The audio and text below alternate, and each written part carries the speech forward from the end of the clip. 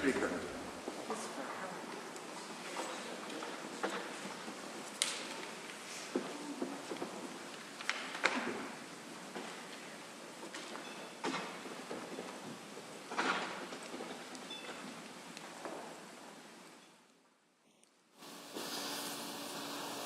Honourable members, please be seated.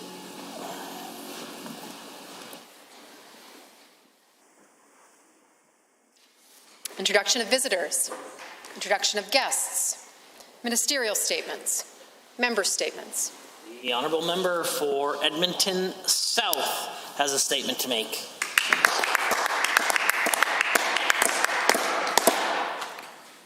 Frontline healthcare workers have been warning this Premier for months that the second wave of COVID-19 could overwhelm our healthcare system. But the Premier did nothing. Hundreds upon hundreds of doctors wrote letter after letter to this Premier. He did nothing. In fact, he did less than nothing. He went into hiding for 12 days while Alberta tipped into crisis. He found time to Zoom into UCP AGMs, but Albertans without a membership in his party heard nothing. Everyone from school children to office workers to Dr. Hinshaw herself has continued to show up for work, even during their isolation through video conferencing. Every single Premier in Canada addressed their province that week, and the Prime Minister addressed the nation. This UCP Premier was silent and invisible and idle. He was too preoccupied with the extremist fringe of his own party, and that's why he failed to take action to prevent community spread. He was too preoccupied with the anti-mask conspiracy theories within his own caucus. And that's why Albertans still don't have the same most basic protections that other Canadians have, like a provincial mask policy. Now, Mr. Speaker, the full weight of the Premier's failure falls onto our hospital system, and the strain is showing. During those 12 days of solitude, the Premier failed to learn that you can't simply scale up intensive care without putting people in danger. We're taking beds away from other Albertans. We're pulling healthcare workers away from patients with other serious medical problems. And we don't even have the infrastructure to deliver enough oxygen to all of the COVID-19 patients in the coming weeks. If the Premier had spent those 12 days learning about how our public healthcare system works, instead of scheming to tear it down, maybe he would have realized that we needed to stop COVID-19 in the community, not in the hospitals. Maybe if he had a real conversation with a real frontline healthcare worker, instead of fabricating a story about a constituent, he would have taken real action last week and not the grab bag of half measures we got. Mr. Speaker, I'm immensely grateful to the healthcare workers in Alberta hospitals today. They are heroes. They are in the fight of their lives, trying to hold back a pandemic without any meaningful help from this Premier. Thank you. The honourable member for Calgary Falconridge. Thank you, Mr. Speaker.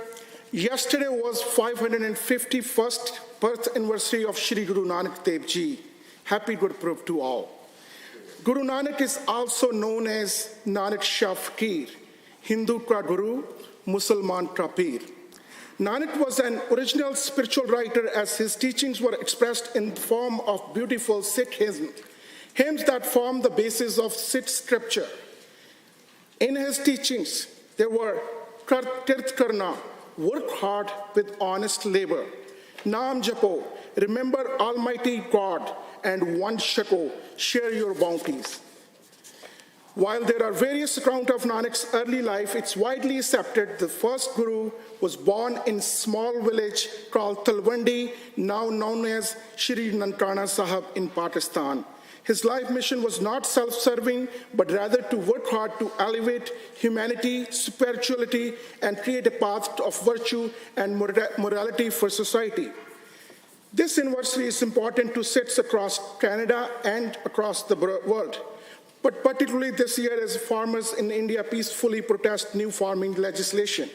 Hundreds of thousands of farmers from Punjab, Haryana, Uttar Pradesh, Rajasthan, and other parts of India have made their way to Delhi to voice their opposition to new controversial law. Sadly, these peaceful protesters have been met with violent government reaction in the form of blockades, water cannons, police beatings, and tear gas. This aggression has not stopped farmers from continuing their peaceful opposition. Any attempt to deny the most basic democratic right to peaceful protest is shameful and must be universally condemned. I stand with farmers who provide the basic necessities of life. Thank you, Mr. Speaker. The honourable member for Calgary Pagan. Thank you, Mr. Speaker. Well, Christmas looks a little different this year due to COVID-19. The traditions we enjoy year after year have been affected by this pandemic, and we all have had to make adjustments. A favorite tradition many Calgarians share is going to Theatre Calgary to enjoy their annual production of A Christmas Carol. I remember attending this production many years ago with my junior high drama class and became fixated with the world and escapism of theatre. A Christmas Carol has become a favorite holiday tradition for Calgarians to look forward to, and this year will be no exception. Theatre Calgary is known for the last 33 years to delight their audience with a different rendition of A Christmas Carol each year. And this year, they are bringing the magic of this classic Christmas story to you in your home under the lights of your own Christmas tree. The familiarity of this story will bring a joyous at-home experience, transporting you to the timeless tale of the ghosts of Christmases past, present, and future. Stephen Hare will also be returning for his 27th year as Scrooge. This year, the digital production of this timeless tale will be available to everyone from December 11th to December 31st for $25 a household. It is wonderful to see community traditions finding new ways to adapt to our reality during COVID-19. It is important to enjoy the little things in our lives that we can and keep our traditions alive and stay safe and healthy. After all, even Mr. Scrooge has found a way to enjoy Christmas at home in a safe and exciting way. I encourage everyone to take an evening during the holidays and enjoy this special digital production. And when it's safe to do so, please head out to our local theatres to support the live experience sector and Alberta's performing arts. Thank you, Mr. Speaker. The Opposition House Leader has a statement to make. Thank you, Mr. Speaker. Yesterday in this House, we saw a whole new low. A low in accountability, personal responsibility, and adherence to the facts. And who is reaching for those new lows at a time when they should be rising and leading the province through a pandemic? The government members. When asked about why the UCP government has been leaving hundreds of millions of dollars on the table from the federal government for wage top-ups for frontline workers, the response was shocking to say the least. First, they bragged about the $10 million they secured in the spring. Now, I know math is hard, but 10 is less than 100. Further, the federal government offered up money in August, which the UCP has left sitting there. While every other province in the country has stepped up to get support for their workers and the economy, this government is proud of the fact that they are dragging their feet, because to do otherwise would be counter to their anti-liberal and ideological agenda. So Alberta workers suffer so the Premier can save face. But it's gotten even more bizarre from there. Next, the Premier actually had the gall to admit and to blame the NDP for the lack of action by the UCP.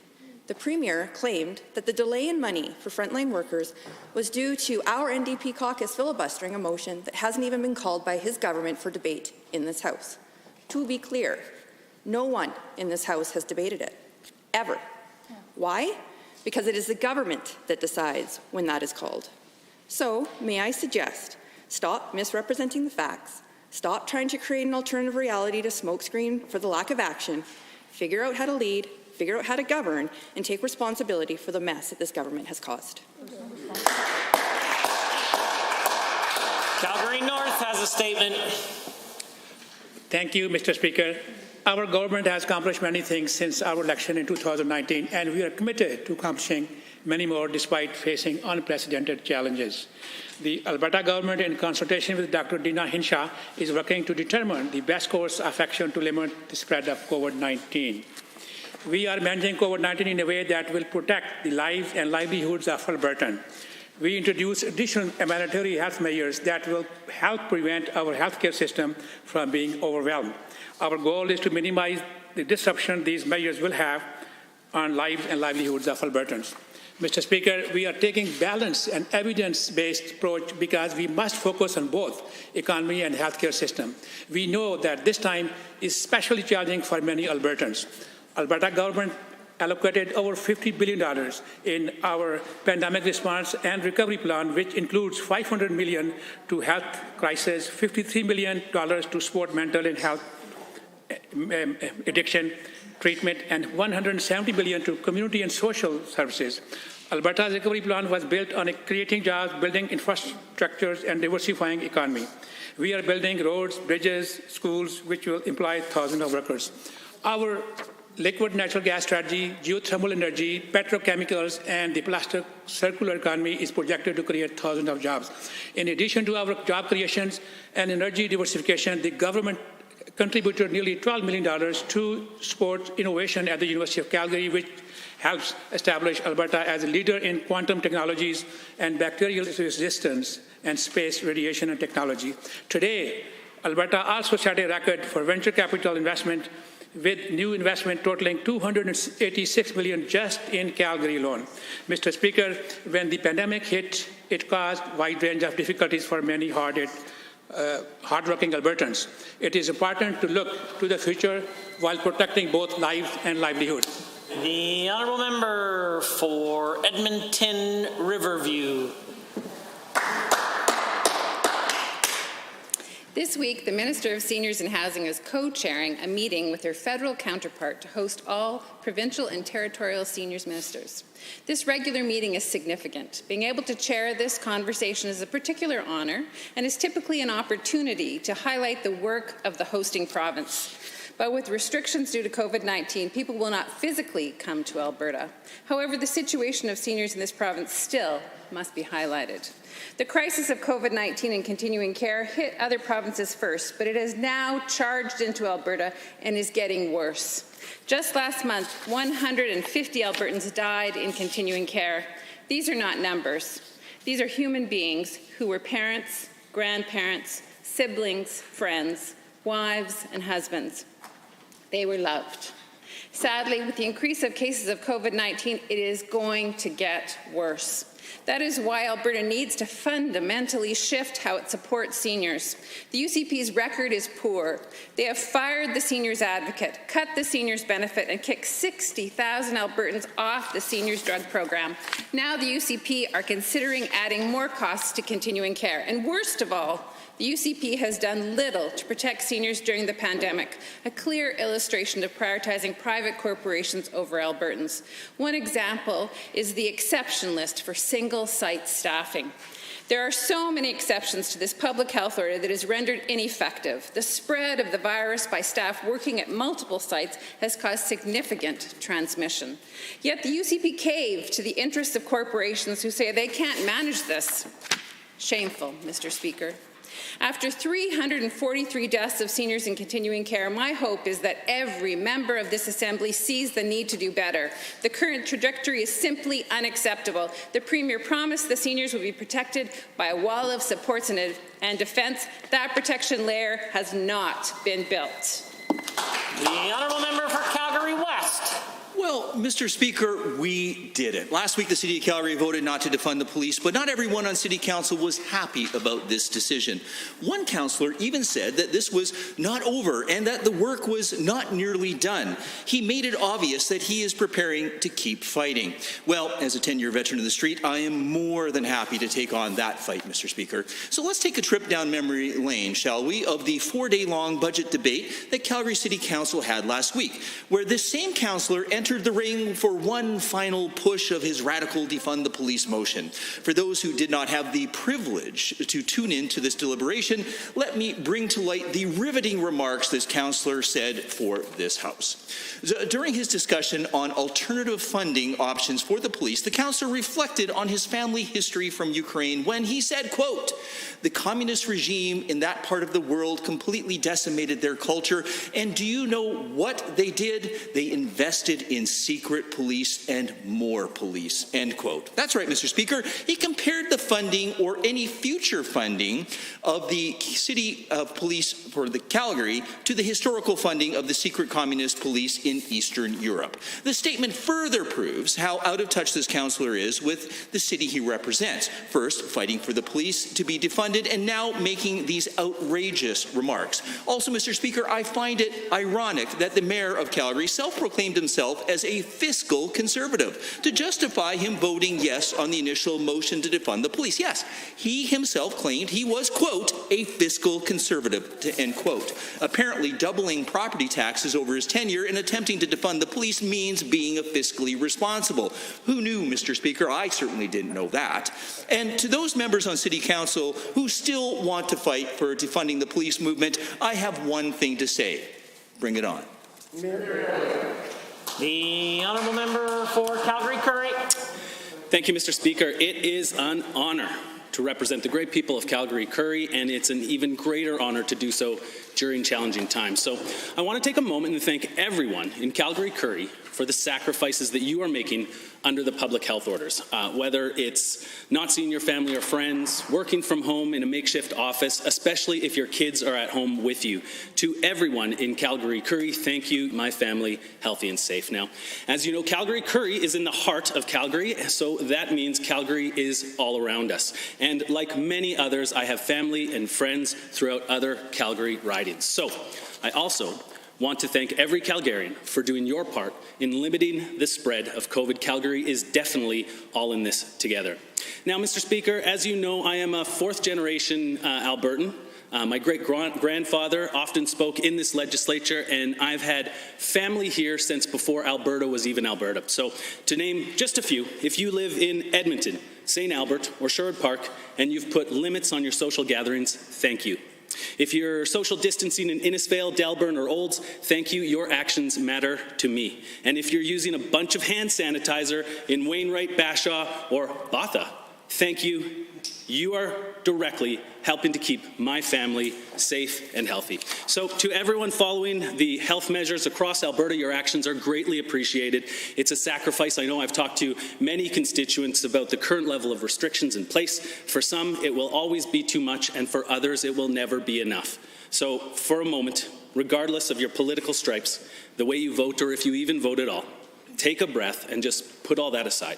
Alberta has gotten through challenging times before, and if we all work together, we will get through them again. So for everyone following the current health measures, thank you. You are helping keep my family safe across all of Alberta, safe and healthy. Thank you very much. The honourable member for Brooks, Medicine Hat. Thank you, Mr. Speaker. Last Tuesday, Alberta's government announced province-wide public health measures and stronger restrictions for regions under enhanced status. This was not done lightly, nor was it done without considering the real-life impact on everyday Albertans. The reality is that we've seen a sharp increase in COVID cases, and these measures were necessary to preserve our healthcare system and slow down the spread.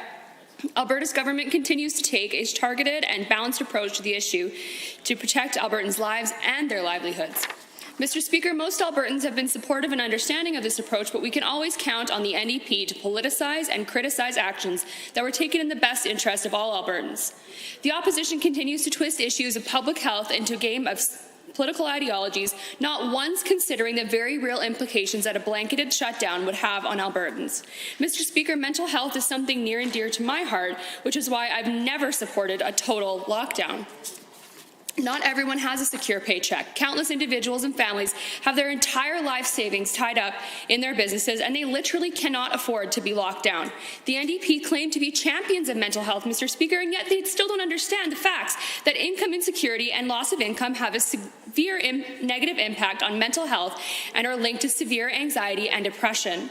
In fact, Mr. Speaker, research shows that in Alberta, every 1% increase in unemployment correlates to a 2.8 increase of death by suicide. That is roughly 16 Albertans who won't be around for next birthday, Christmas, big life event, you name it. While the opposition continues to use the COVID-19 pandemic as a political opportunity to attack, divide, and deceive, Alberta's government will continue to make decisions based on facts and evidence. Thank you, Mr. Speaker. Honourable members, the time is now 1:50 and it is oral question period. And the honourable member for Edmonton City Centre has the call. Thank you, Mr. Speaker. Now, yesterday I asked the Premier how on earth we got in such a deep crisis in Alberta that we're rationing oxygen in Calgary hospitals.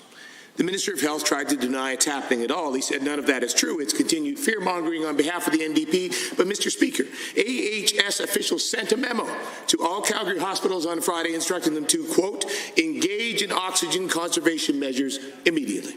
The minister can accuse me of lying, but this memo proves he's the one who's a stranger to the truth. So to the Premier, are you ready to admit how badly you failed to prepare our hospitals for the second wave? The Honourable the Premier has the call. Mr. Speaker, this is fear-mongering based on information taken completely out of context. AHS Calgary Zone has an adequate supply of oxygen to meet patient needs now and in the weeks ahead. They continue to provide safe and appropriate care for all patients, including those in need of oxygen therapy. The limitation is not the supply of oxygen itself, but the capacity of the pipes delivering oxygen. And that's been an infrastructure limitation identified for several years, and we have plans to improve that. It's unfortunate that wasn't done during the NDP. Honourable Member for Edmonton City Centre.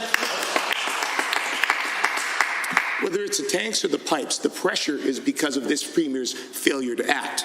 In the same breath, this Premier denied that oxygen rationing is happening in Calgary. He claimed it's routine. That's nonsense. Multiple Calgary doctors have told me and national media they've never seen this before.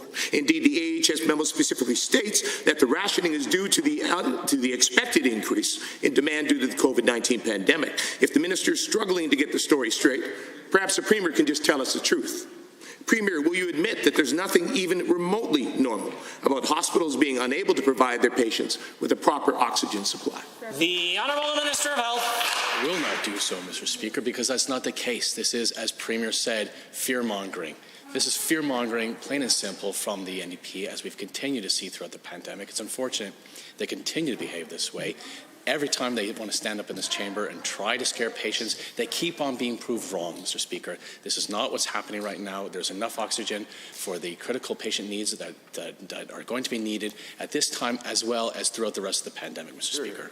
One member for Edmonton City Centre. I will continue, Mr. Speaker, to bring forward the concerns of frontline healthcare personnel, because oxygen rationing in Alberta is national news.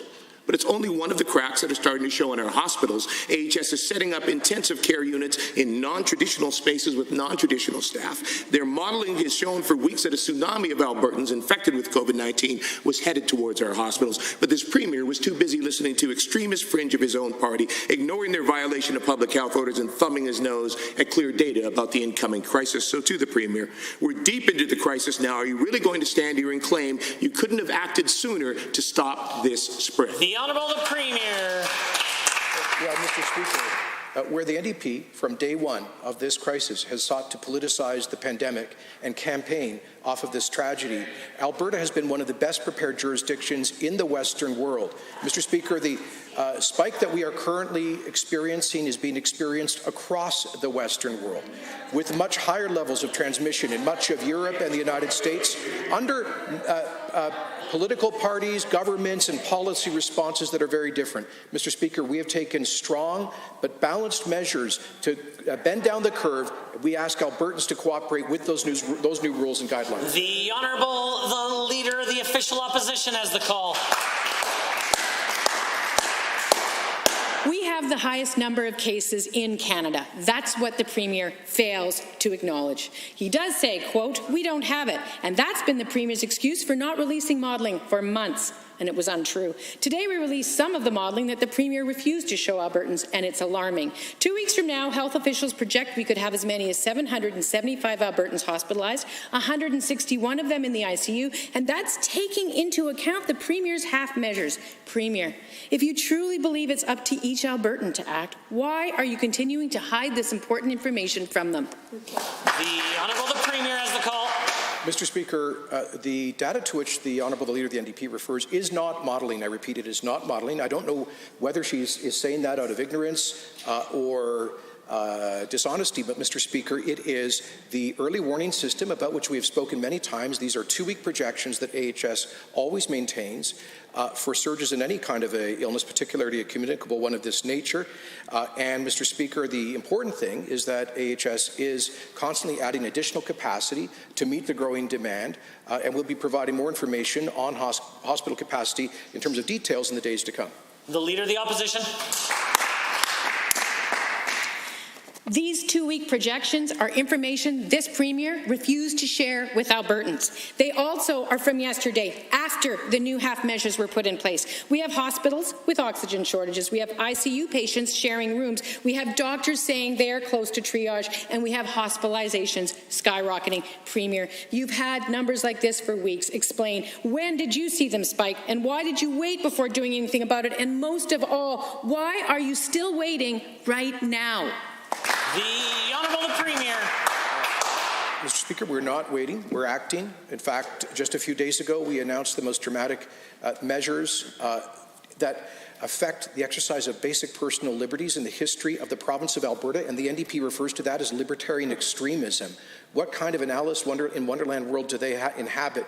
Mr. Speaker, in terms of the numbers, we release comprehensive data on COVID hospitalizations, fatalities, new cases, total case count, recoveries every single day. And so Albertans have seen this very worrisome increase in cases evident for the past several weeks. The Leader of the Opposition. But you refuse to release projections going forward, even the ones that show your half measures are going to fail.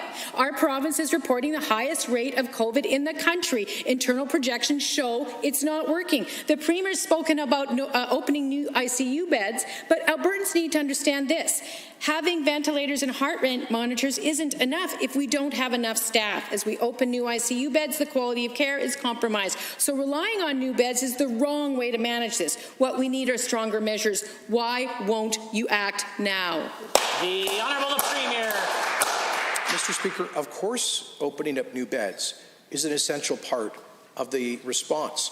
What is the Leader of the Opposition supposing that we shouldn't do that, Mr. Speaker? That we should deny care to people?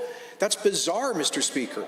And you know, Mr. Speaker, the very strong but balanced measures introduced last week were fully implemented this Monday with the return to at-home learning for high school students, and on Sunday with the maximum capacity at churches. It will take 10 to 14 days to see the impact of that, Mr. Speaker, and ultimately that is in the hands of Albertans, and we call on them to respect these new rules and guidelines. The Honourable the Leader of the Opposition for her second set of questions. Well, the AHS models suggest that it's not going to work. They also detail the moment where Alberta's contact tracing collapsed. The percentage of cases marked missing on November 1st, less than 10%. 1 week later, on November 8th, HS didn't know the source of 60% of cases, and today we can't trace 80%. The Premier just started hiring more contact tracers. They might be trained and working by the holidays if we're lucky. Premier, the models showed you a second wave was coming. Why did you fail to prepare? The Honourable the Premier. Mr. Speaker, Alberta did not just start hiring additional contact tracers. We went from 50 contact tracers in March to 800 last month. We're on track for 1,100, moving more of the part-time contact tracers into full-time positions. And, Mr. Speaker, through the entire pandemic, Alberta has had the strongest and largest contact tracing system. It's true that it's been overwhelmed in the last few weeks, like it has in every single jurisdiction in the Western world. The Leader of the Opposition. Well, Mr. Speaker, that is absolutely untrue. BC has 26 contact tracers per 100,000. Saskatchewan, Manitoba, 30. Ontario, 27. Alberta, 18. Far short, Mr. Speaker. Contact tracing is strained across the country, that is true, but only in this province is it broken. Why is this Premier taking so long to act, and why does he continually say things that are not factually correct about our contact tracing relative to the rest of the country? It's just not true. The Honourable the Premier. Mr. Speaker, the reality is that Alberta's had the most robust contact tracing system from the beginning of the COVID pandemic. It's also equally true that with the huge spike in cases being experienced all across the Western world, that the system is unable to keep up. I can assure the member that Alberta Health Services is pulling out the stops and has been for weeks to add capacity, and we've made it clear to them from day one that budget is not an issue, that we are giving them maximum resources to surge in hiring and training and bringing people on board. And Mr. Speaker, we continue to make progress, but we've got to lower the spread. Leader of the Opposition. Lower contact contact tracing than Ontario, Manitoba, Saskatchewan, BC. This Premier has no right, by the way, to lecture ethnic communities about their households when they are more likely to be essential frontline workers who contracted COVID-19 on the job and then never got a phone call. That's his fault, not theirs. The Harvard model says we need 1,300 full-time contact tracers. He's promising 1,100, meaning we'll still be behind Ontario, Saskatchewan, and BC. Will the Premier commit to having 1,300 full-time contact tracers actually working before he dares to blame any more frontline healthcare workers? The Honourable the Premier. Mr. Speaker, neither I nor this government have blamed anyone. It's only the NDP that is obsessed with the lecturing, dividing, blaming, politicizing, and being peddlers of fear and hysteria, Mr. Speaker. With respect to contact tracing, interim target of 1,100, many more of whom will be full-time. Mr. Speaker, we are hiring as many people as we can. Budget is not a consideration. Maximizing the contact tracing system is. Member for Calgary McCall.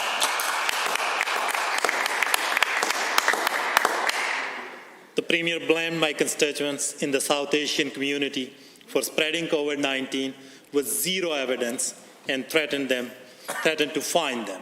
The Premier then went on the radio and said part of the problem is residents have, and I quote, limited literacy in their own maternal tongues. Premier, it is your responsibility to proactively communicate with them about the dangers of the COVID-19. Instead, you have chosen to insult and mock them on multiple occasions. My first question is pretty simple. What will it take for you to apologize? The Honourable the Premier. Mr. Speaker, that member should apologize for that grossly dishonest and inflammatory question. Mr. Speaker, when I was speaking about literacy, I was specifically referring to members of the East African refugee communities who had conveyed to me that many of their members are not clear on what the guidelines and rules are. And these individuals indicated to me that translated materials sometimes are not sufficient for people who do not have high degrees of literacy in their own language. My point was we must and will do a better job of communicating orally with some people, for example, in refugee communities who have limited literacy. The Honourable Member for Calgary McCall. Yesterday, the Premier went to Red FM for a follow-up, and many of my constituents expected to hear an apology. Instead, the Premier said, and I quote, obviously, I was intending to be helpful, end quote. Let me tell you on behalf of my constituents, you were not helpful, Premier. You were insulting. In the Calgary Herald today, activist Saima Jamal called your remarks an example of systemic racism. Premier, you are using my constituents as scapegoats for your failure to manage this pandemic. Mr. Speaker, only the NDP is obsessed with assigning blame and dividing people, in this instance, on racial grounds. Mr. Speaker, there is a reality that the highest areas of spread include neighbourhoods with many new Canadians who do work in frontline jobs and who do have to cope with high levels of housing density.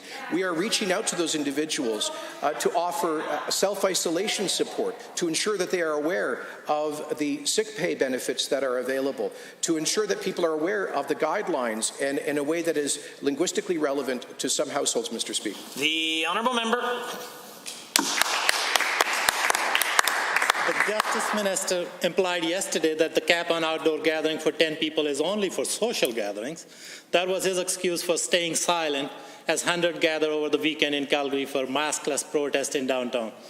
Premier, COVID-19 doesn't care if it's a social or political gathering. Are you really going to stand there and tell me that your public health orders don't apply to hundreds of unmasked protesters? Or is it simply that COVID-19 deniers and anti-maskers are your base and you don't want to offend them? Point of order is noted at 2:03. The Honourable Premier has the call. Speaker, I was not implying it. I was quoting from the Chief Medical Officer's order that applies to, quotes, private social gatherings. With respect to protests, I disagree. vehemently with the messages conveyed at that protest. Mr. Speaker, I will point out that members of the NDP attended protests throughout the spring and summer in violation of the 100-person gathering limit. But, Mr. Speaker, there's been, I'm only aware of one charge against people attending a protest. That was in the spring. The charges were dropped by the Crown because they felt that under the Charter of Rights and Freedoms, they had no reasonable success of a successful prosecution.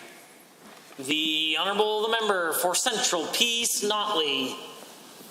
Mr. Speaker, as the Christmas season approaches, we know many Albertans will be hoping that public health orders regarding private social gatherings will relax so they can attend family events. We also know that some may choose to consume alcohol during this holiday season. Albertans have plenty of options to ensure they arrive home safe, and we trust they will use them as there is no excuse for impaired driving. We know that making decisions on how to get home are better made while you are sober before you head out, as opposed to decisions made after consuming alcohol. However, given yesterday's Safe Roads announcement, Minister, what can those who decide to drink and drive expect? The Honourable the Minister of Justice and the Solicitor General. Thank you, Mr. Speaker, and thank you to the member for that question. Effective December 1st, impaired drivers can expect immediate and significant consequences when they are caught. Faster consequences for impaired driving means more offenders will be detected, sanctioned, and deterred. Studies show, Mr. Speaker, that immediate consequences impact behavior far greater than the same consequences delayed. And in fact, the experience of British Columbia and Manitoba proved this. For that reason, Mr. Speaker, Mothers Against Drunk Driving has endorsed this approach to fighting impaired driving. The Honourable Member for Central Peace Notley.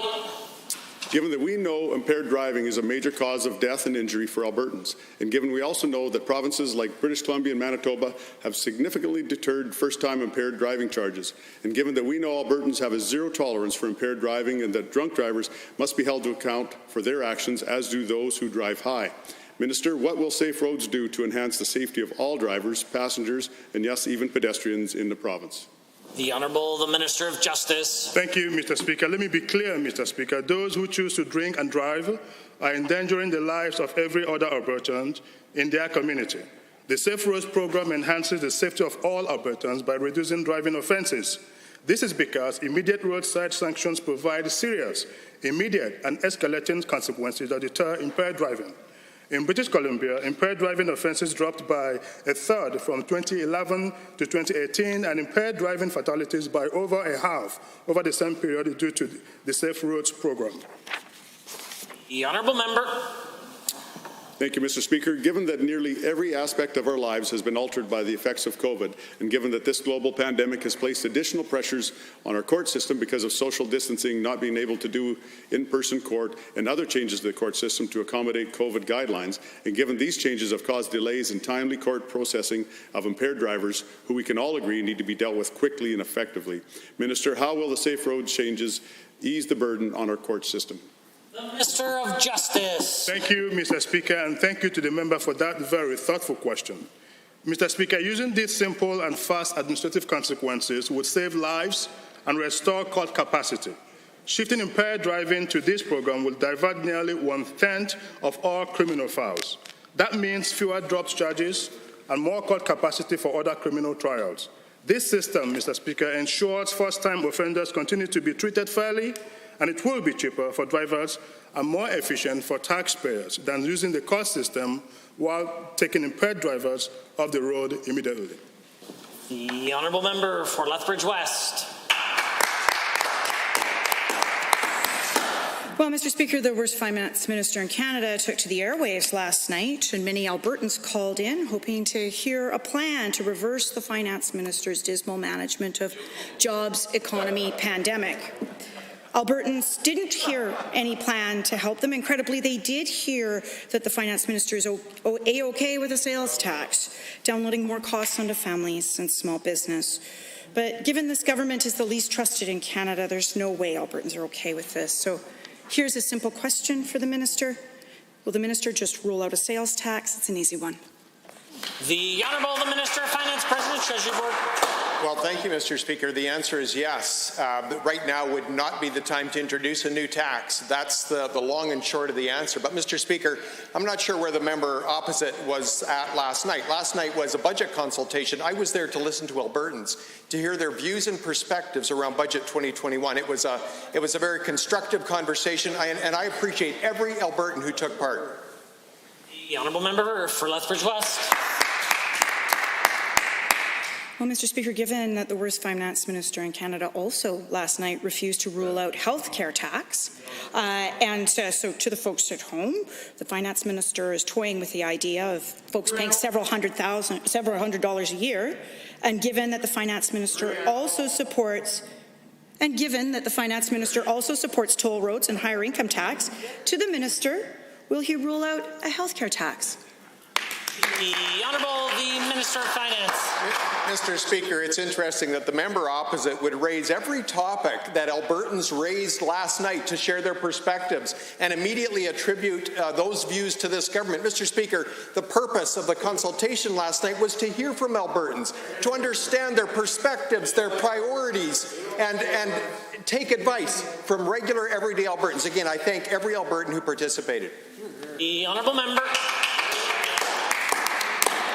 Well, given that the finance minister was just given a chance to rule out a health care tax and he declined to do so, given that the finance minister we know has heard from small business, not asking for a health care tax, but we know that they have asked for commercial rent support, but given that the actual policy record of the minister is to end small business rent support programs, will the minister actually respond to those small businesses he's heard from, at least to extend commercial rent support, the number one thing people are actually asking for, not a health care tax? The Honourable the Minister of Finance, President Treasury Board. Well, thank you, Mr. Speaker. And we know that small businesses are experiencing great challenge in this province due to the pandemic and the energy price collapse. And, Mr. Speaker, that's why we rolled out a whole series of measures to assist small business, from WCB premium relief to utilities deferrals, to corporate tax deferrals, to the small business relaunch grant, which the Minister of Jobs and the Economy and Innovation has just expanded and made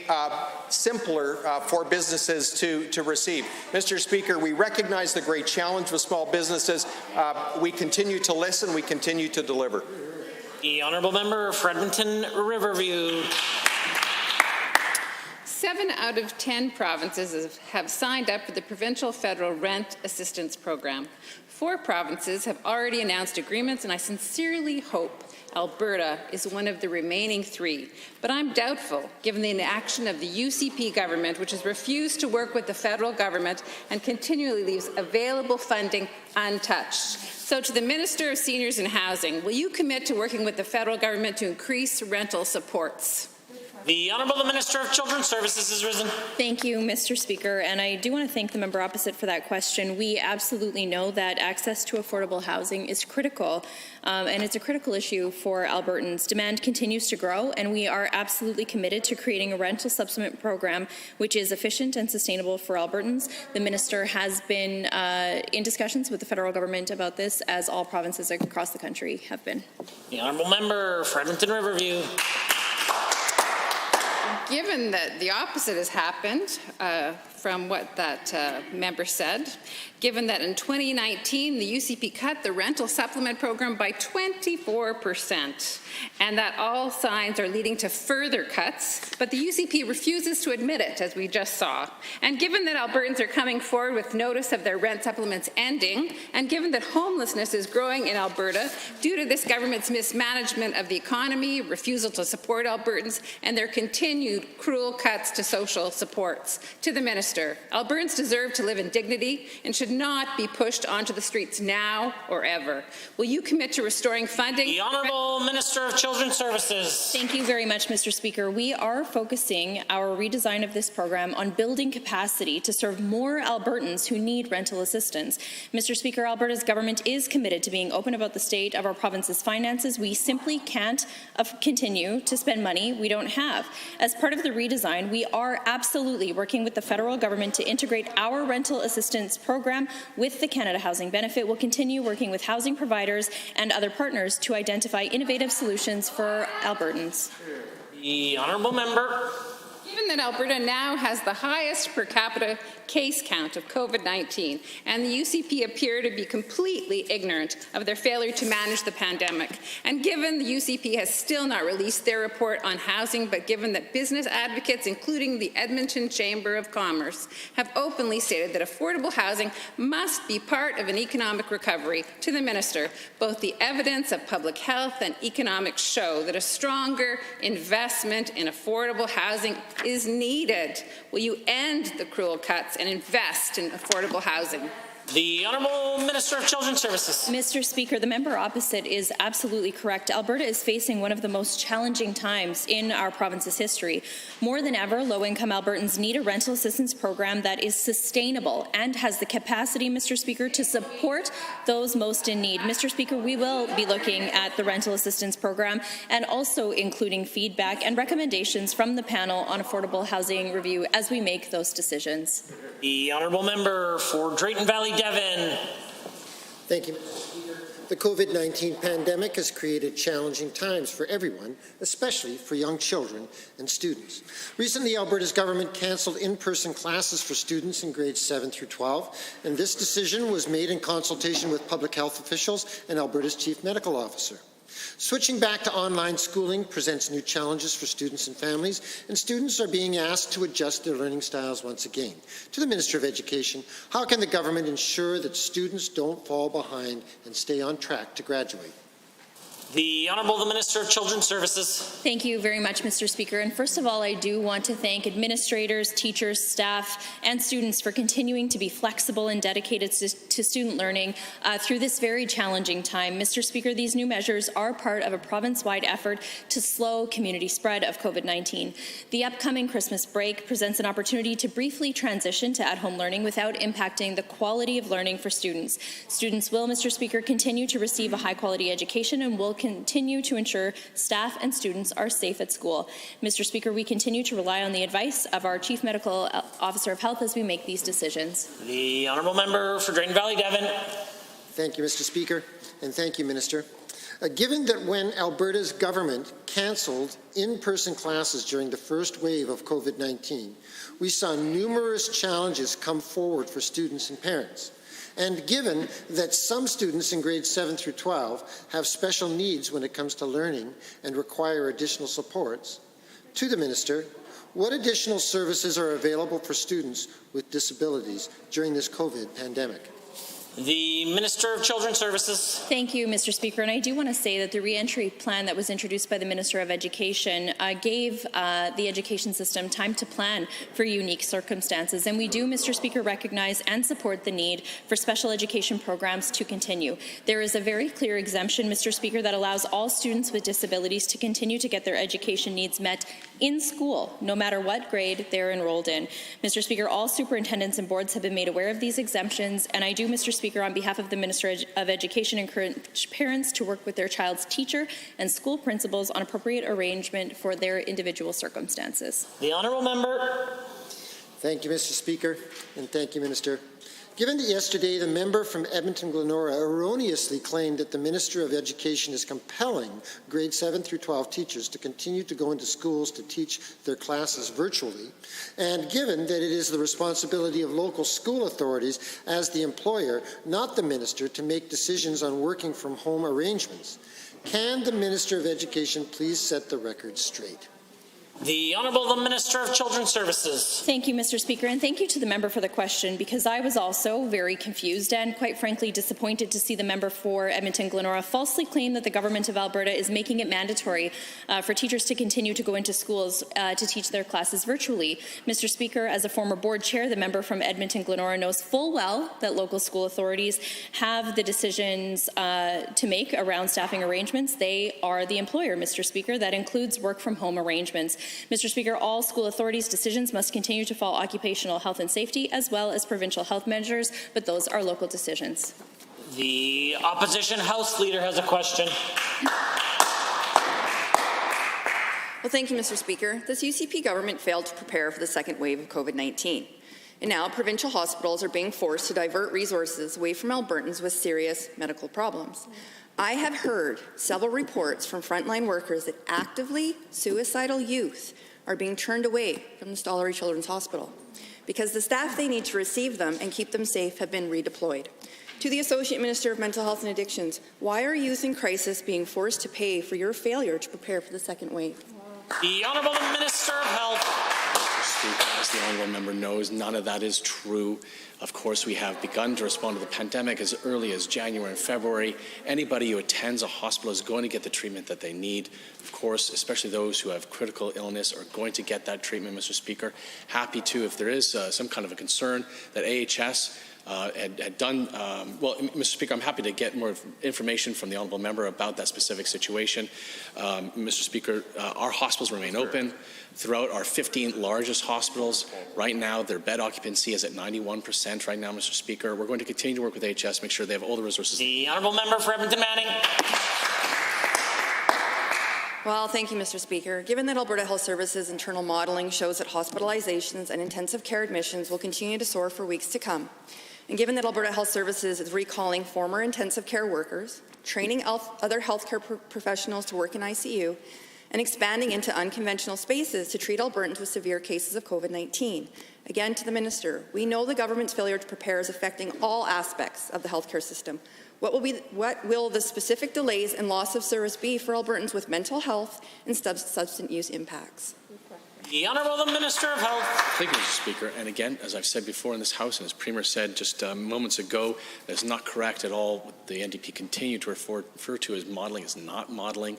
It is the early warning system, AHS. This is operational planning, as they're going to continue to do to be able to make sure that they have the resources that they need to respond to the pandemic. Of course, the case numbers, because of the additional measures that were announced last week, we are going to continue to see cases rise over the next couple of weeks, and we will see, even for another 2 weeks after that, our cases for hospitalizations and ICUs continue to increase. It will take weeks for these measures to be able to show their effects, Mr. Speaker, but we're going to continue to work with HS, make sure they have the resources. Well, thanks, Mr. Speaker. Given that the Associate Minister himself told his constituency association that the second wave is, quote, happening at a much faster pace than we dreamed of, and given that we know that they are triaging patients in our emergency centres right now, and given that there were months of warnings from the frontline healthcare workers and public health experts that a second wave would happen, again to the Minister, why did you fail to act when the warning signs were so obvious and failed to provide resilient mental health and substance use emergency services just when Albertans need them the most? The Honourable Minister of Health. Speaker, again, that is false. We have not failed. We began to respond to the pandemic starting in January and February, and in April we provided additional funding for mental health and addiction of an amount of $53 million. Now, if you were to take, Mr. Speaker, all the additional funding that every other province provided for mental health and addiction in response to the pandemic, you took all that funding from every other province and you multiplied by 2, that's the amount that we added for mental health and addiction, and a majority of that actually went towards children, in particular to the Kids Help Phone and other programs to be able to help children in need. Order. The Honourable Member for St. Albert has a question. This government has already cut funding for Albertans on AISH and changed the payment date. Now, surprise, surprise, they appear to be planning to ram through further cuts without proper consultation. This government has issued a request for proposal for review of the numbers of people receiving AISH, PDD, and FSCD. This review, which will impact tens of thousands of people, will be done in just 3 weeks. Why is the Minister of Social Services in such a rush to cut supports for the most vulnerable Albertans? The Honourable Minister of Children's Services.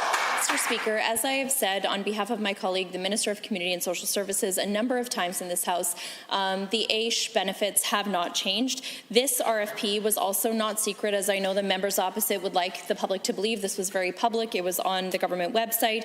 It is very important to have data when we're looking at all programs and services that we offer. And as I've said before, we continue as a government to support those who are most vulnerable, and also want to review every program and service to ensure that every single dollar is going to those who need it most.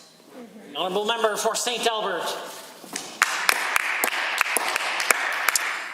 Given that the Premier showed that he doesn't have an ounce of compassion for disabled Albertans when he bragged to a newspaper columnist about how easy it would be to cut AISH funding. And given that this minister has repeatedly told Albertans with disabilities to trust her, but that didn't work out.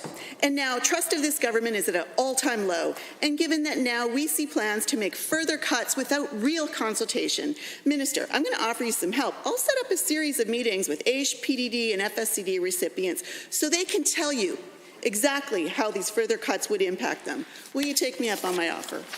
The Honourable the Minister of Children's Services. Mr. Speaker, I do appreciate this line of questioning from the members opposite, because I think it is important that I have the ability to stand in this place and unequivocally share that once again we continue to support those most vulnerable across our province, not only now during these uncertain times in this pandemic, but over the last year and a half. The Minister of Community and Social Services has spent countless hours and continues to do so with disability advocates, stakeholders, as well as people in the disability community to make sure that we are making sure that every dollar goes to those. The honourable member.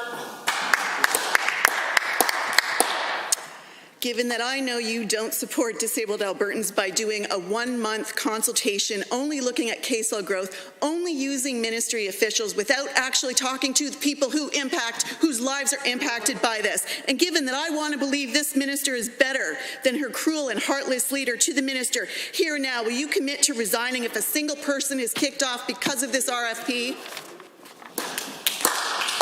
The Honourable Minister of Children's Services. Mr. Speaker, once again, I have said it again, or I have said it before, and I will say it again. We continue to direct supports to those who are most vulnerable. A responsible government is one that looks at every single program and service to ensure that every single dollar is going to support those in need. I know my colleague, the Minister of Community and Social Services, is 100% committed to that, Mr. Speaker. The honourable member for Calgary, Falconridge. Thank you, Mr. Speaker. Many of my constituents in Calgary, Falconridge are small business owners. They own restaurants, retail shops, printing stores, driving training outlets, and many other small businesses that provide valuable goods and service for the community. Unfortunately, many of these small businesses are struggling to remain operational as COVID-19 has devastating effect on their bottom lines. To the Minister of Jobs, Economy and Innovation, how will our repurposed grant for small and medium-sized businesses help Alberta businesses who are struggling to keep their doors open? The Honourable the Minister of Jobs, the Economy and Innovation.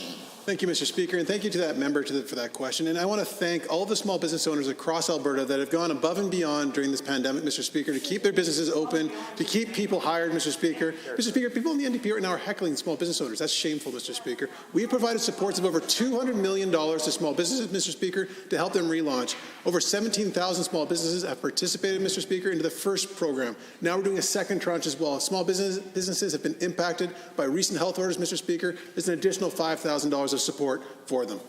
The honourable member, Calgary Falconridge. Thank you, Minister. Given that COVID-19 has proved to be unpredictable in this province, this country, and across the globe, and given that there is no real timeline when normalcy will be restored, despite the encouraging news of vaccine being developed for distribution in the near future, to the same minister, is our government prepared to provide additional support to struggling businesses if the virus persists? The Honourable the Minister of Jobs, the Economy and Innovation.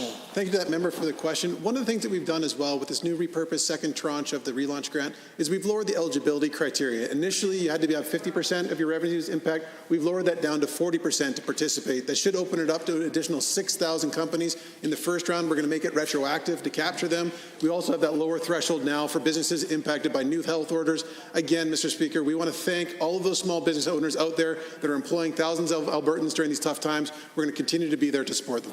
The honourable member. Thank you, Minister.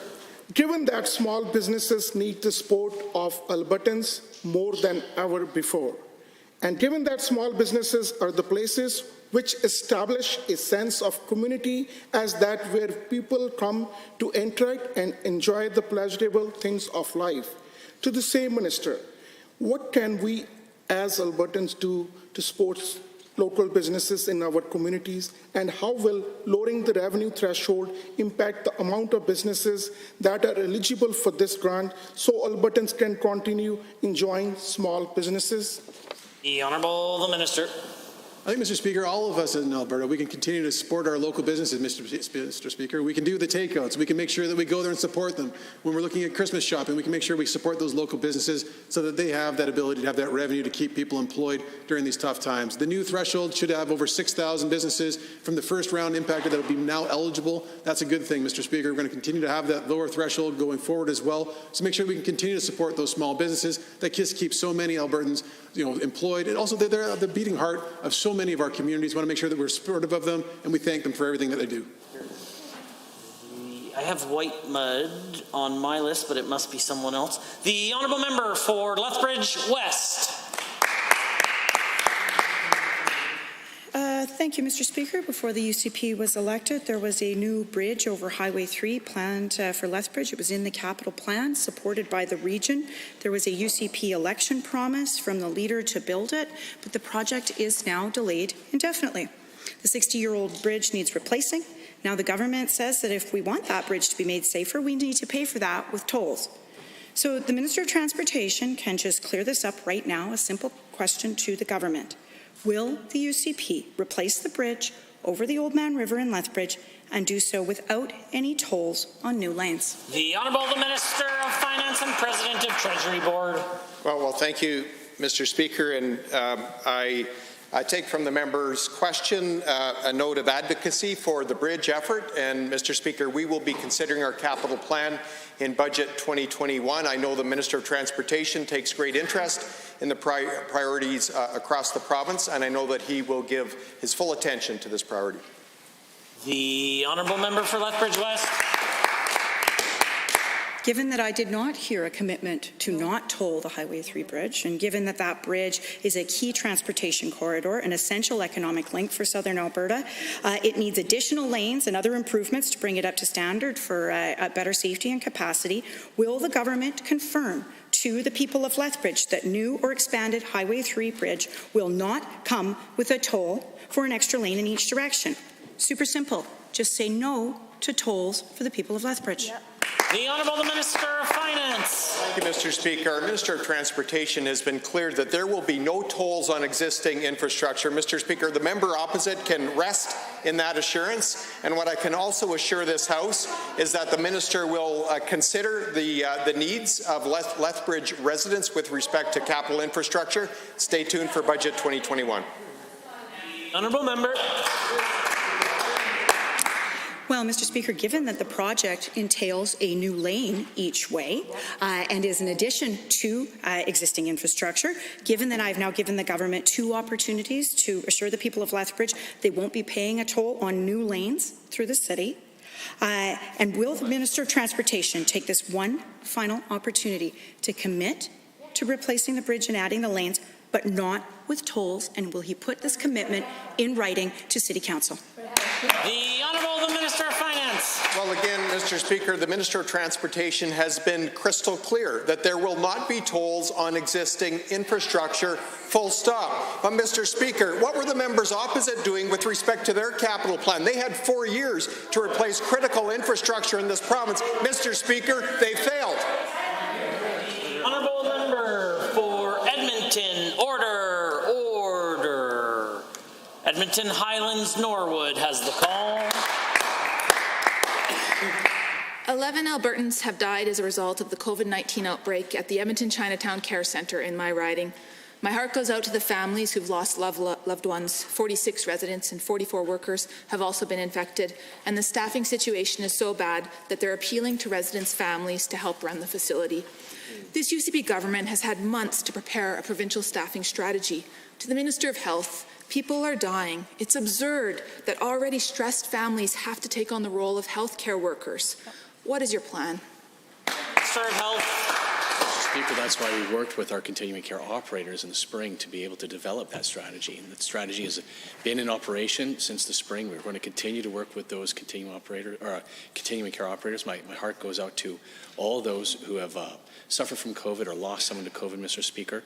But we're going to do the right thing, which is to continue to work with AHS to make sure that they're providing our continuing care operators with resources that they need when it comes to PPE or the outbreak teams to be able to respond very quickly to an outbreak. We're going to continue to make sure that all of these folks have all the resources they need for the pandemic. The honourable member for Edmonton Highlands Norwood. We've seen staffing collapses at Mackenzie Town, Manoir du Lac, Extendicare Millrise, and South Terrace, and many other facilities owned by large, profitable operators. But Chinatown Care Centre does not have a lawyer that can redeploy staff from other buildings or other provinces. So to the minister again, Chinatown Care Centre needs help. The member from Edmonton South and I, we've reached out. My constituents need healthcare workers to keep them safe. Yep. How many can you send, and when will they arrive? You're here. The Honourable Minister of Health. I think we see from that question that the real worry that the member has isn't about patients. And unfortunately, it seems to be an attack on continuing care operators. It's unfortunate, Mr. Speaker, but look, we have provided $170 million in additional funding to our continuing care operators to be able to deal with workforce capacity so they can add more folks, to be able to comply with infection prevention and control measures that have been added by the Chief Medical Officer of Health, to be able to make sure they have all the resources they need to be able to continue to care for the staff and the residents. The honourable member. Given that I'm simply standing up for my constituents, and given that we should have never gotten to this point with more than 1,700 new COVID cases every day, the highest per capita rate of anywhere in Canada, and given that this government still refuses to take the most obvious steps, like implementing a provincial mask policy, hiring more contact tracers, or even just enforcing Dr. Hinshaw's public health orders, does the Minister of Health understand that deadly outbreaks like this one at the Edmonton Chinatown Care Centre in my riding those are all the direct result of his failure to prepare for a second wave? The Honourable Minister of Health. Speaker, again, none of that is true. We began to plan for both the first wave in the spring as well as this wave in the spring, Mr. Speaker. We continued to be able to, or started to be able to do that work very early in response to the pandemic. What the member has said is completely untrue. And it's unfortunate the NDP want to continue to politicize COVID and politicize the response to the pandemic, but we are working with our continuing care operators. We're making sure that they and AHS have all the resources they need to be able to care for the staff and the residents in those facilities. That's the right thing to do. We're going to continue to do throughout the remainder of the pandemic. Calgary Southeast has a question to ask. Thank you, Mr. Speaker. COVID-19 has had a drastic effect on many industries. The economic impact of this pandemic will be felt for many years to come, and full recovery will take time. Our energy industry has seen extraordinary challenges, while our agriculture industry has in many areas had a record year. Looking to our future, Alberta's technology sector has seen both challenges and opportunities during COVID. Can the Minister of Jobs, Economy and Innovation tell the House how Alberta's technology sector is faring compared to last year? The Honourable Minister of Jobs, the Economy and Innovation. Thank you, Mr. Speaker, and thank you to that member for their question. In the first 3 quarters, Mr. Speaker, Alberta has already broken its record for venture capital investment into technology sector, Mr. Speaker. The City of Calgary alone has attracted $286 million of venture capital into the tech sector. That is double the previous record from the previous year, Mr. Speaker. We're seeing fast-growing companies now where Alberta is on the map, Mr. Speaker, particularly in the City of Calgary. And we're excited about these different opportunities. Adabotics, Neo Financial, Cadoodle. You've got so many different opportunities here, Mr. Speaker. We're making sure that we have the right policies in place for them. The Honourable Member of Calgary Southeast. Thank you, Mr. Speaker, and thank you to the Minister for the response. It's encouraging to see that our province has surpassed last year's strong levels of investment and that we are currently on track for another record year. We know that there is tremendous competition between jurisdictions for this investment, given that it bolsters economic growth, creates jobs, and results in innovations that benefit our entire economy. Can the Minister of Jobs, Economy and Innovation tell this House how Alberta is faring compared to other provinces? Minister. Mr. Speaker, we've seen across the country actually a drop of about 60% of investment in venture capital, yet in Alberta, we've seen a marked increase, Mr. Speaker, breaking records for our province.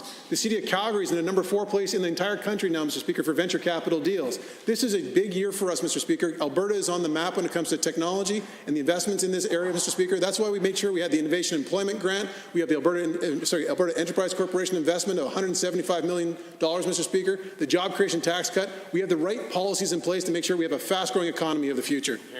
Member. Mr. Speaker, and again, thank you to the Minister for his response. It is great to hear that Alberta is the only province that is seeing an uptick in venture capital this year. With so many businesses struggling, we need to ensure that we are providing the proper supports to build an economy that will withstand the pressures of tomorrow. can the Minister of Jobs, Economy and Innovation tell this House what work he is doing to ensure that Alberta's technology sector can continue to flourish in the years to come?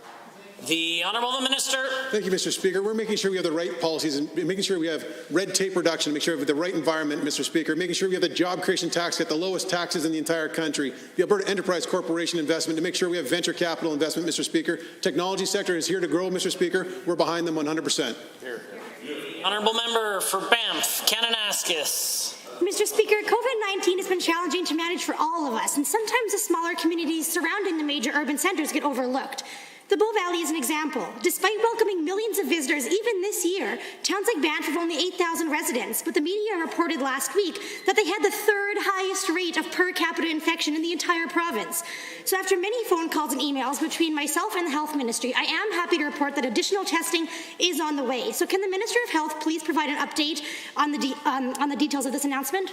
The Honourable Minister of Health. Well, thank you, Mr. Speaker. I'm pleased to inform the member that AHS is opening a testing and assessment centre at the Banff Health Centre this Friday, the 4th. Testing will be from Monday to Friday. Appointments are available through the AHS website. Residents can also schedule appointments at local clinics. There are 2 in Banff. 1 is in Lake Louise. Additional referrals by appointment only are going to be tomorrow, December 2nd, at the Banff Rec Centre for folks associated with outbreaks who have been referred by the Medical Officer of Health or AHS Public Health. The Member for Banff, Kananaskis. Thank you, Mr. Speaker, and thank you, Minister. Well, given that AHS is opening up this assessment centre at the Banff Community Health Centre on Friday, and that we know that this testing is part of an effective outbreak control, and given this access to testing is critical to the economic success of our hospitality industry, the safety of our workers and our guests, which is why temporary testing teams are also in the area last week, to the same Minister, what will be the testing capacity of these new measures, and how accessible will these facilities be to both Banff and Canmore residents? The Minister of Health. Well, thank you, Mr. Speaker. Partnering with the town of Banff and several businesses, as I said, AHS is holding an assessment and testing clinic at the Banff Rec Centre tomorrow. This is for those who are referred by AHS Public Health as being possibly exposed to a positive case. The regular scheduled assessment centre has capacity for between 100 and 150 tests per day. This can be adjusted if there's more demand. This is in addition to the capacity that already exists within the Bow Valley PCN. Approximately 700 folks were tested by referral in Banff area last week. And so thank you to the AHS staff who have been working extremely hard for... The Honourable Member for Banff, Kananaskis. Thank you, Mr. Speaker. Thank you again, Minister. Well, given that the spread of this virus happened rapidly in Banff because many hospitality workers live in communal staff accommodations, isolation space is also needed for those workers who do test positive for COVID-19 so that they don't need to go home and infect their housemates and further spread the virus.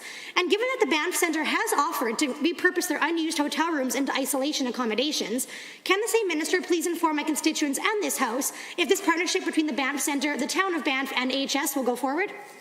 Minister of Health. Well, thank you, Mr. Speaker. The town of Banff is working with the Banff Centre to create some local commercial isolation space to support those with living arrangements not conducive to self-isolation. Now, this space is on top of existing space available through the YMCA. AHS will support these local efforts through inspections, advice, and referrals through contact.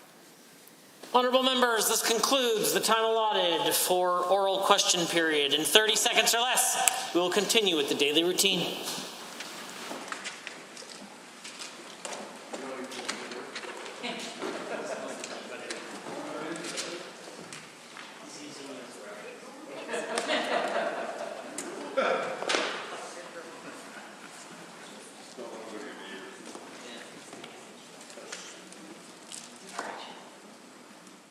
Presenting reports by standing and special committees. Presenting petitions. Notices of motions. The Government House Leader. Well, thank you, Mr. Speaker. I rise to give oral notice of 3 government motions. First is Government Motion 50 to be put on the order paper in my name. Be it resolved, I should say, Mr. Speaker, that pursuant to Standing Order 39, the 2020 fall sitting of the Assembly be extended beyond the first Thursday in December until such time as or when the Government House Leader advises the Assembly that the business for the sitting is concluded, and at such time the Assembly stands adjourned. I also rise to give oral notice of Government Motion 51, also in my name. Be it resolved that 1, the 2019-2020 annual report to the Office of the Child and Youth Advocate be referred to the Standing Committee on Legislative Offices for review. 2, the committee may, without leave of the Assembly, sit during a period when the Assembly is adjourned or prorogued. 3, in accordance with Section 21(4) of the Child and Youth Advocate Act, the committee shall report back to the Assembly within 90 days of the report being referred to it if the Assembly is then sitting, or if it is not then sitting, within 15 days after the commencement of the next sitting. And finally, I give oral notice of Government Motion 52, also in my name. Be it resolved that pursuant to Section 3 of the Statutes Repeal Act, SA 2013 CS 19.3, the following statutes appearing on the list of statutes to be repealed, which was tabled in the Assembly by the Clerk of the Assembly on behalf of the Minister of Justice and Solicitor General on March 31st, 2020, Sessional Papers 95/2020, not be repealed. 1, the Black Heritage Rangeland Trails Act, 2004 CB 2.5. 2, the Condominium Property Amendment Act 2014 C10 SS2A 14 and B 46, 47, and 58. And 3, Forestry Reserves Amendment Act 2004 C9 S8. 4, Securities Amendment Act 2014 C17 SS2C E 22 to 24 and 55B. And 5, Wilderness Area Ecological Reserve and Natural Areas Amendment Act RSA 2000 C34 Sup S8813. Introduction of bills. Tabling returns and reports. Are there tablings? The Honourable Member for Edmonton Glenora. Thank you very much, Mr. Speaker. I have an email here from Kate that was sent both to myself as to the member of Calgary West, where she is a constituent. She is a teacher. She outlines the taxing hours that are included in her job, as well as her non-wavering opposition to Bill 22, and that teachers won't forget. Thank you. Are there others? Seeing none. Tablings to the clerk. Honourable members, we're at points of order. However, the point of order from earlier today has been withdrawn, and that means we're at orders of the day, orders du jour. Committee of the Whole.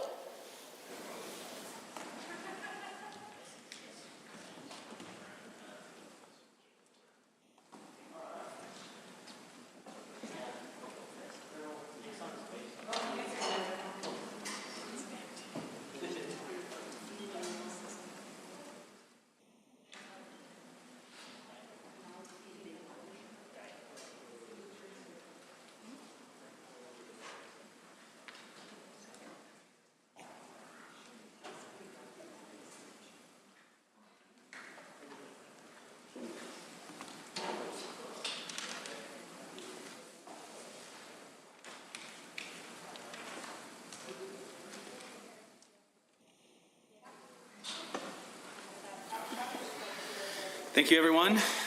I would like to call the committee to order. The Committee of the Whole has under consideration Bill number 45, Local Authorities Elections Amendment Act 2020. Are there any comments or questions to be offered with respect to this bill? We are currently on amendment. Sorry? Oh, right. Okay, so we are back on the bill, Bill 45. I see the Honourable Member for Calgary Buffalo has risen. And Mr. Chair, is it Committee of the Whole on 45 then? Committee of the Whole on 45, and there's no yes, amendments on local elections. Okay. Thank you very much, Mr. Chair, for that reminder of where we are with regard to the Local Authorities Election Act Amendment Act number 2. It's regrettable that we're here and the amendments that we have put forward haven't been supported, Mr. Speaker, Mr. Chair, because we put forward common sense amendments that would, if you recall, lower the donation limits, index those donations, and change donations time frame to annual rather than the campaign period. And if you recall, Mr. Chair, the donation limit in this bill for third parties is and it's for individuals, corporations, trade unions, or employer organizations shall make advertising contributions to any third party during the election advertising period that exceed, and this is the kicker, Mr. Chair, that exceed in aggregate $30,000. And that amount, $30,000, was said repeatedly by people on the other side as taking big money out of politics in this province. So for, they must have deeper wallets than almost every other Albertan, because $30,000 is big money, Mr. Chair. But our common sense amendment, which would have lowered that to $5,000 aggregate on an annual basis, was rejected wholesale by the UCP side members on that side. It's regrettable, of course, because big money then still is in politics in this province.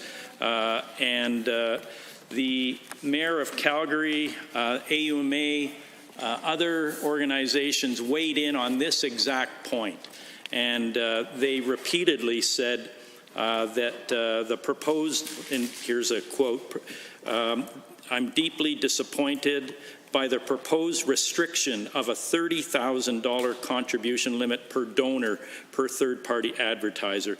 That $30,000 limit is arbitrary, as we know, Mr. Chair, and it doesn't restrict anything, the writer goes on to say.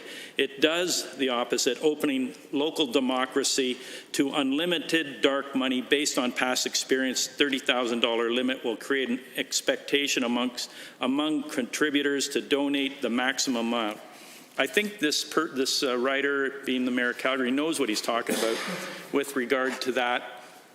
And that was a letter submitted to the new Minister of Municipal Affairs on November 6th. I say new minister because the old minister was the person who oversaw these bill changes that are brought forward on Bill 45, and also received a letter from the Mayor of Calgary saying, finishing off perhaps that minister's time in his portfolio, and it was all about trying to ensure that local elections and the rules and regulations that get put into place should be fair, inclusive, transparent, clear, and enforceable. And I would contend that a $30,000 contribution limit is not what the average Albertan would contribute to a third party. It, of course, leaves things open for elections to be influenced by people, organizations with very deep pockets who want to change the course of local democracies all across our province, and who are elected all across our province, and bring forward issues and initiatives all across our province that will change what the local democracy in that local context of that municipality is all about. So we brought forward that amendment, and as I said, it was not supported, though there were parts of it that would grow over time if you indexed donations, just like the contribution limit for MLAs on an annual basis is now $4,243, where they started out at $4,000. A $5,000 contribution limit for third parties would grow over time. We also heard from other people, Mr. Speaker, and I point members to the subcommittee, the Special Select Committee on Democratic Accountability, and there was some excellent speakers come forward there.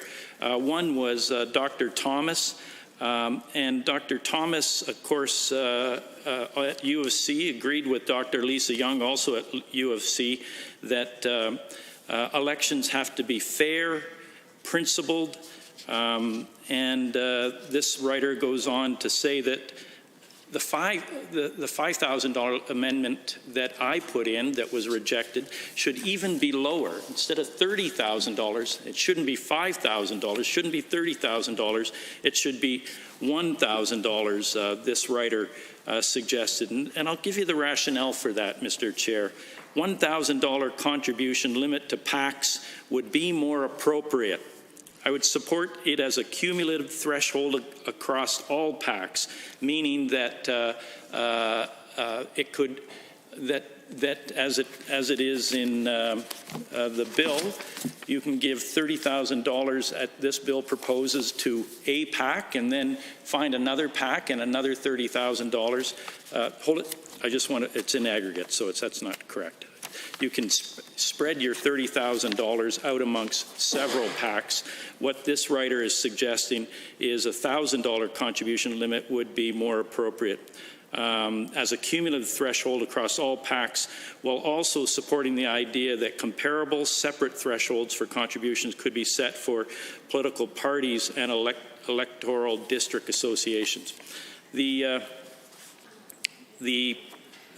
pre-writ disclosure of this information is also something that various people involved in local democracies across this province have said is necessary. And of course, we know that not to be the case with Bill 45. So again, there's the criticism is that big dark money will remain in politics, and it's hard to see where that criticism isn't upheld with what's before us today.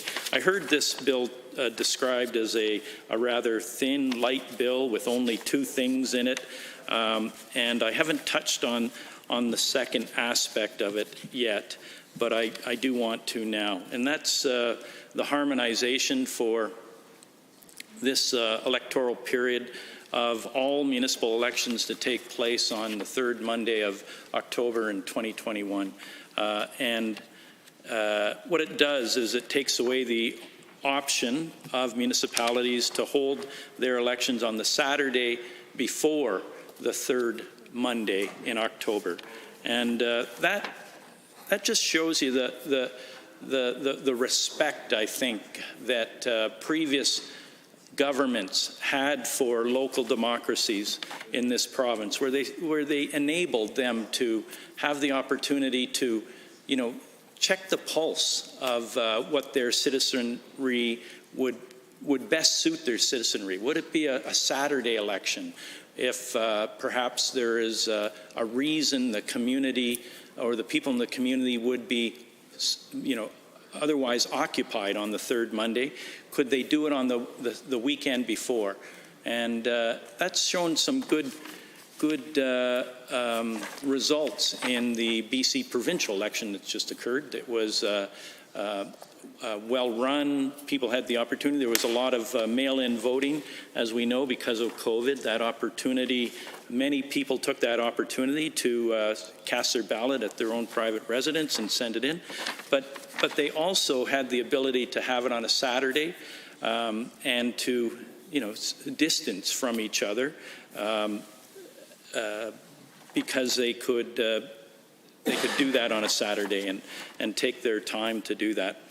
This bill takes that option away from municipalities, and it's just another example of how this government has seen fit to take away responsibilities, as it were, from local governments to really set the course of their own destiny. And we see that also in the issues that are brought forward for referenda and for a Senate election. That's the reason the provincial government wants to, or the UCP want to, line up all elections on the Monday. And the last time I stood up, I argued that local elections should be for local issues, and I was chided a little bit by one of the people here, and they said, Senate elections are local, and referendums about equalization are local, and fluoride referendums are local. And I just want to take a minute to say the fluoride elections that I'm aware of in Calgary only happened in Calgary. They were lined up with probably lined up with local elections dating back for probably 40 years in that city. And they didn't involve other municipalities. They were local because the citizens and the city city electeds wanted to find out if fluoride would be something the citizens supported or not. It wasn't a provincial election, it was a local election. There's been about 4 fluoride election referenda in Calgary over the years. The most recent one was probably 15 years ago. And the citizens upheld fluoride in their community. It's not there anymore. It wasn't by referendum taken out. It was a decision of council to remove it. But nonetheless, that was a local issue, and the referendum was local. The ones that are coming forward before us, Senate, happened at least one other time in the province, and referendum vote on obviously equalization has not occurred in the history of this province. And what this bill does is it changes the format and the nature of why people will be going to the polls. And we know why, and this kind of stacks up things that the UCP government has wanted to stack up for a while, to not only find out what people think on these issues, but to draw many people to the polls.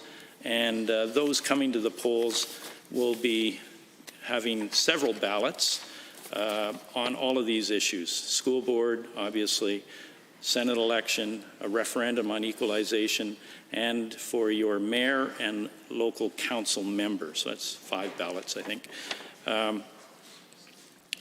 I think it's somewhat regrettable that all of this is taking place without the tacit support of municipalities in this province.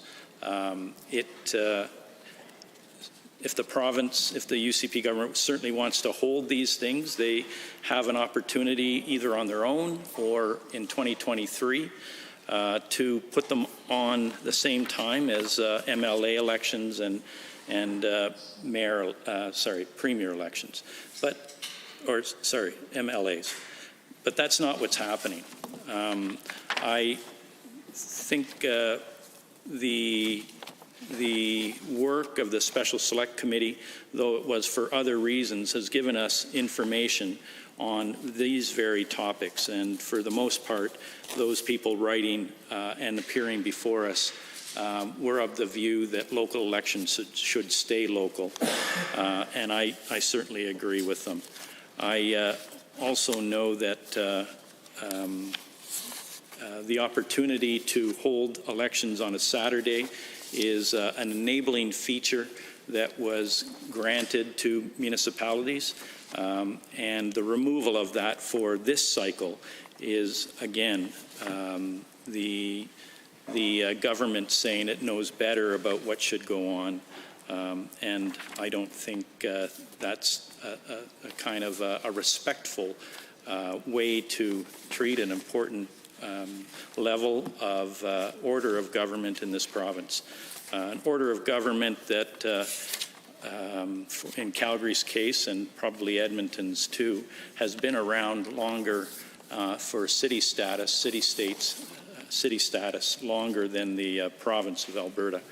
And so with that being said, I just want to underline that the issues before us are ones that I'll continue to oppose in this bill, and I'm opposing because I'm standing up for the views of municipalities, their associations, who have weighed in on all of these things and have taken the view that they would rather their local elections stay local.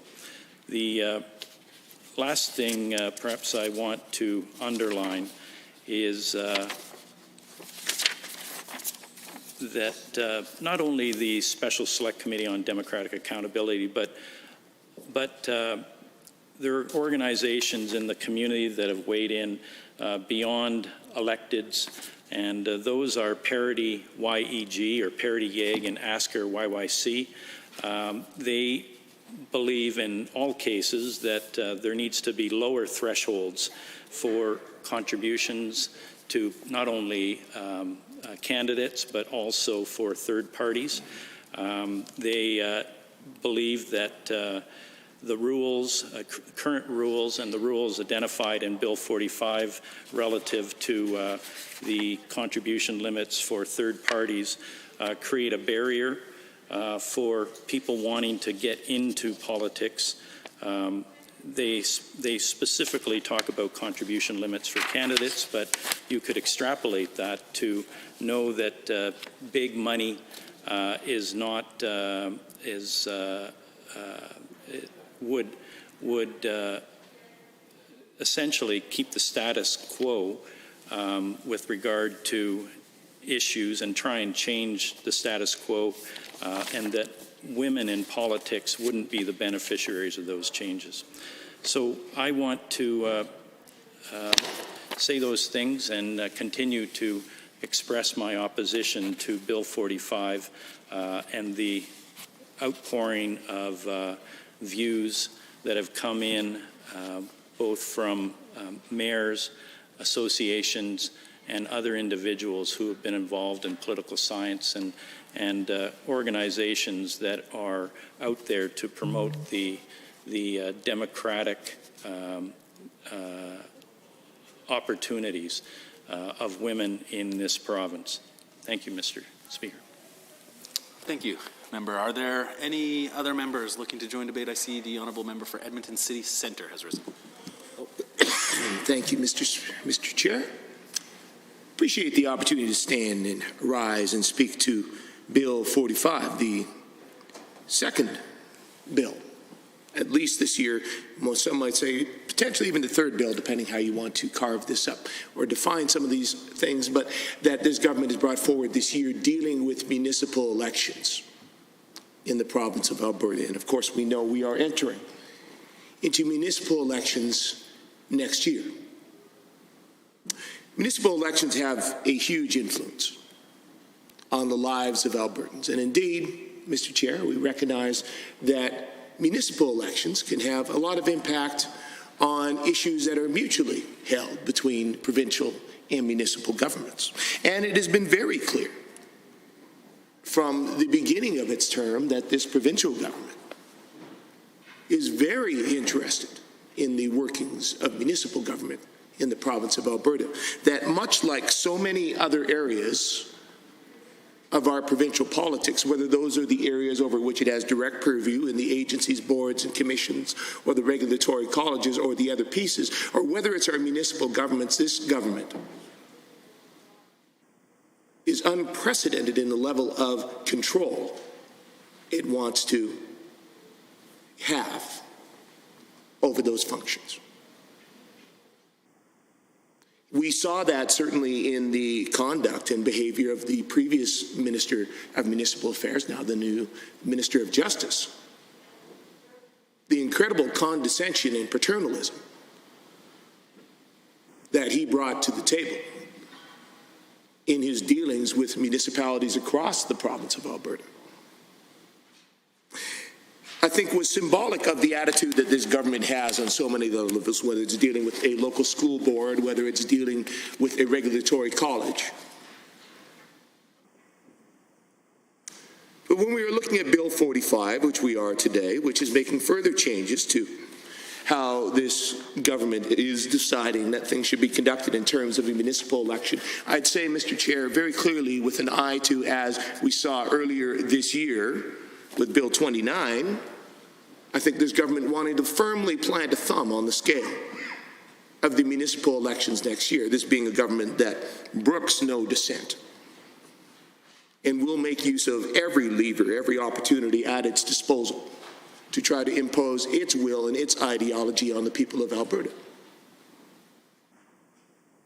Now, I think it's important as we look at this particular bill, which is looking to make further changes to some of the funding around elections, that we recall the bill that went before it, that being Bill 29, which met with much resistance. Now, again, Mr. Chair, Over the last couple of days, I've heard this government and ministers pat themselves on the back about how wonderfully they listen to Albertans and how they never take any actions that have not been supported by the community. Let me be clear that on Bill 29, they did not listen to municipalities and their concerns around the steps that this government was taking around the funding on municipal elections. Now, they promised that they would listen, Mr. Chair. And indeed, initially, we saw that the Rural Municipalities Association was happy to stand beside them and was indeed quoted in the initial release because they were given the word of this government, the minister at the time, that they would be listened to and that the amendments that they hoped to see in this legislation would indeed be brought forward. Mr. Chair, they were not. And we heard very clearly and very loudly from them afterwards their great disappointment and frustration with this government for failing to listen to them on those particular amendments. Amendments such as setting contribution limits that are achievable and realistic for grassroots supporters, Mr. Chair. The average individual Albertan, because what we went to, Mr. Chair, under Bill 29, which I think really does tie into Bill 45, which we're talking about today. I think it's important context. What we went from was a total of $4,000 aggregate, period, anything in the election. However many candidates, whatever, you can slice that 4,000 up however you like, but that was the total amount any individual Albertan could give. And for many Albertans, Mr. Chair, $4,000 to spend on a single election, that's still a lot of money. There's not many Albertans that put that out. But what we saw this government do is, rather than listening to the RMA, who called for achievable and realistic for grassroots supporters, everyday Albertans, instead ramp that up to $5,000 per candidate. Not many Albertans, as I said at the time during that debate, despite the protestations of government members that this was opening this to make this easier for more people to participate in our democracy. Not many Albertans have multiple chunks of $5,000 to fling around on multiple candidates in multiple races. But there's some that do. And they get to enjoy far more power than the average Albertan.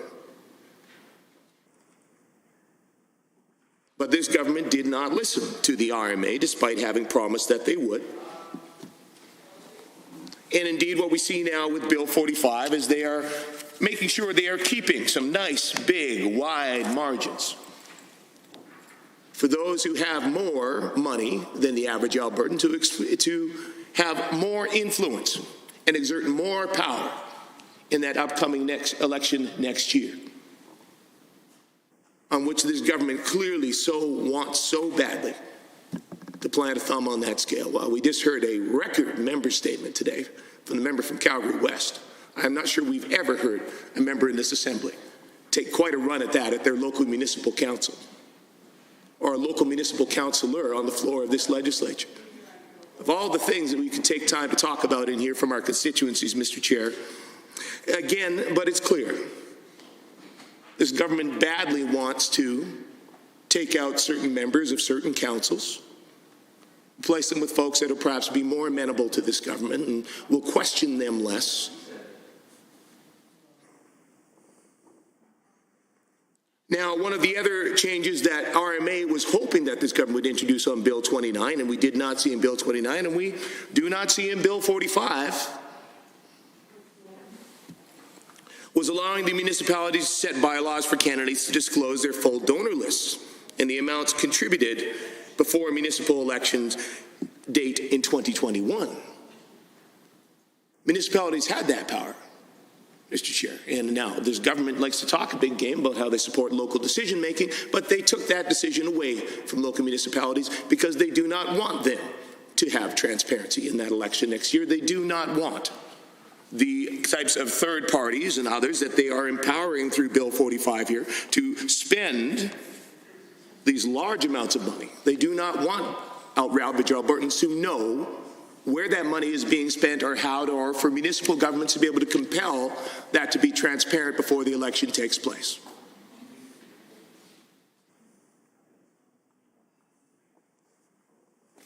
That's why they chose not to listen to the RMA, despite having promised that they would and that they would consider the amendments, and those amendments did not come from this government.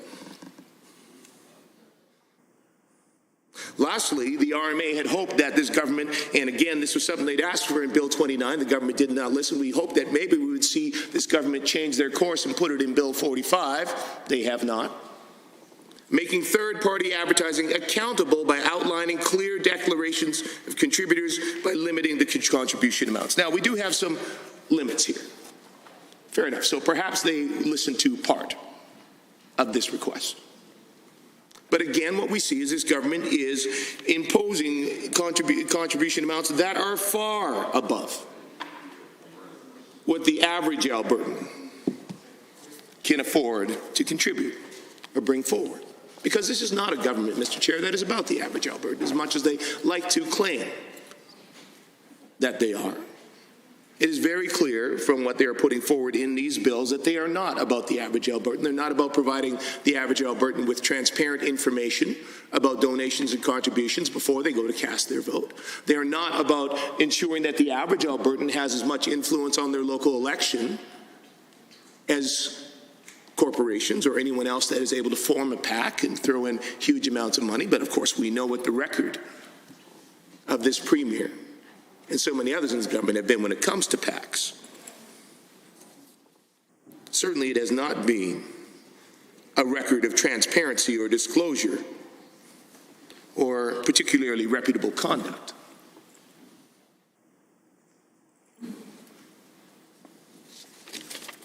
So what we see instead, again, is this government approaching the municipalities in that incredibly dictatorial and paternalistic and condescending manner that we have seen is the approach of this government with local elected leaders.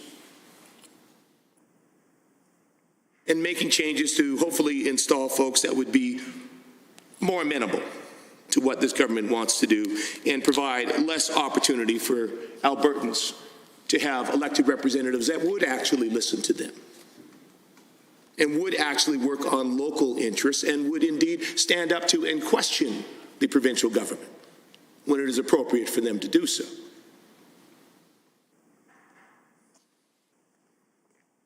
Now, as one of my colleagues has also noted, that when it comes to this government's claims that it is making these changes to try to open these things up for larger and broader participation, the very groups that are dedicated to those goals are coming out and saying this government is impeding that work.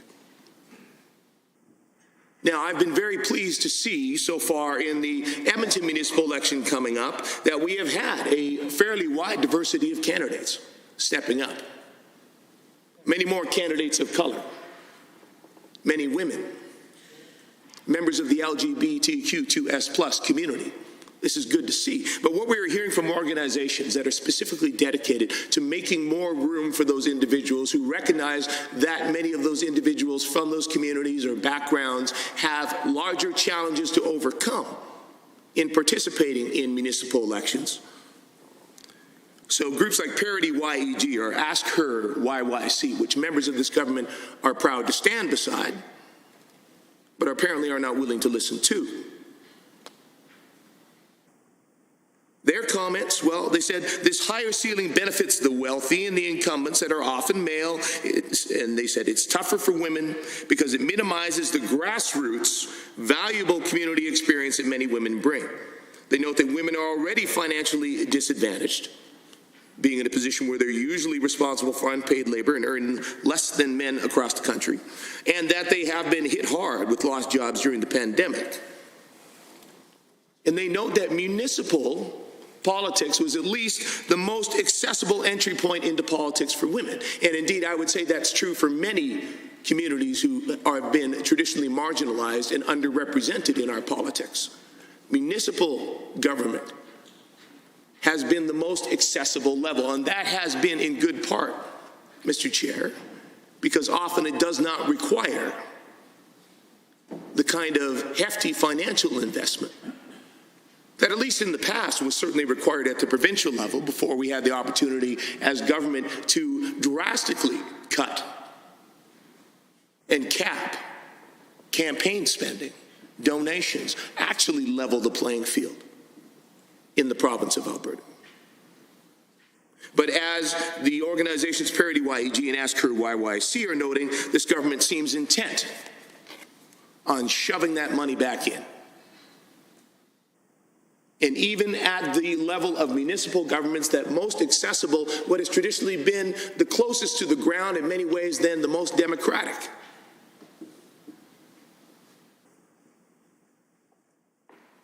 They are insisting on forcing in more of the brand of provincial electoral politics, for which conservative parties in this province were long known and seem intent on trying to bring back.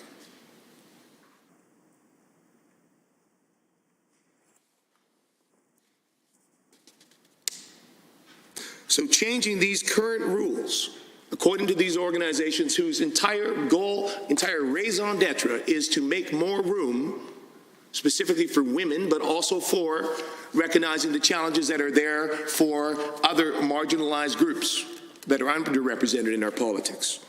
They say changing these current rules creates a barrier for women. They are making it more difficult, Mr. Chair.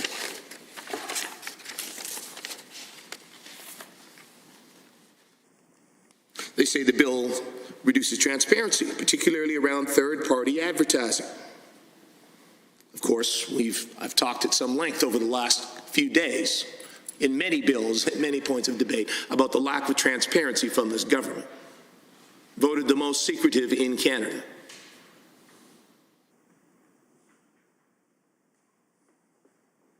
So wanting to extend that lack of transparency further into our elections, in hopes, perhaps, of seeing more of their friends and allies elected, so that they can further reduce transparency and accountability and, indeed, democracy across the province of Alberta.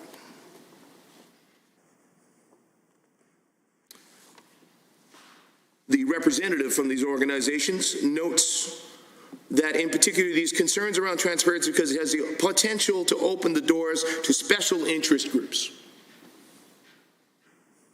Now, this government likes to talk a big game about some interest groups which it dislikes,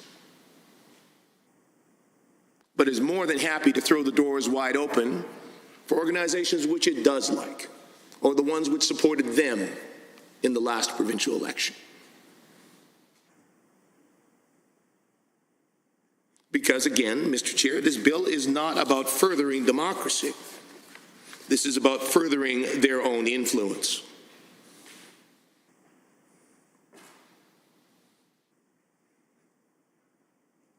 So that is why we have not heard support from municipalities across the province of Alberta or from municipal leaders. Instead, we have heard them repeatedly raise concern about the changes that this government is trying to force through, the influences government is seeking to wield on local municipal elections.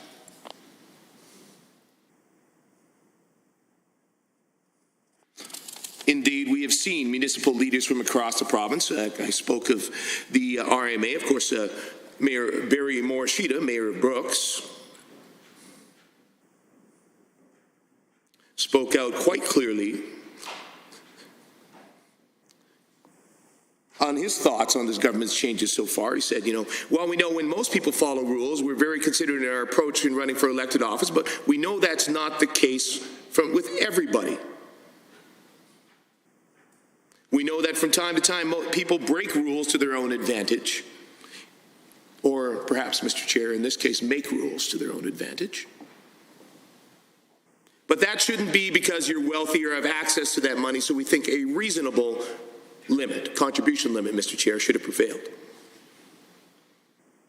And speaking of transparency, he said, if I'm running for mayor and I donate money to certain people that are running for council because my intention is to help them get elected, would people want to know that? I should be first of all held accountable to the decisions I make as a donor. And more so, it speaks to my ability to make decisions how I like to run things. I think that's a very astute reflection on the behalf of Mayor Morishita, Mr. Chair. That that the manner in which one behaves when it comes to issues of democracy or to donating or supporting in having influence in the democratic process speaks greatly to the character and the quality of one's decision-making on other matters of import. And through this bill and through the other changes that this government has chosen to make this year to municipal elections, I think they have demonstrated their character quite clearly. And is one that Albertans are increasingly finding incredibly wanting.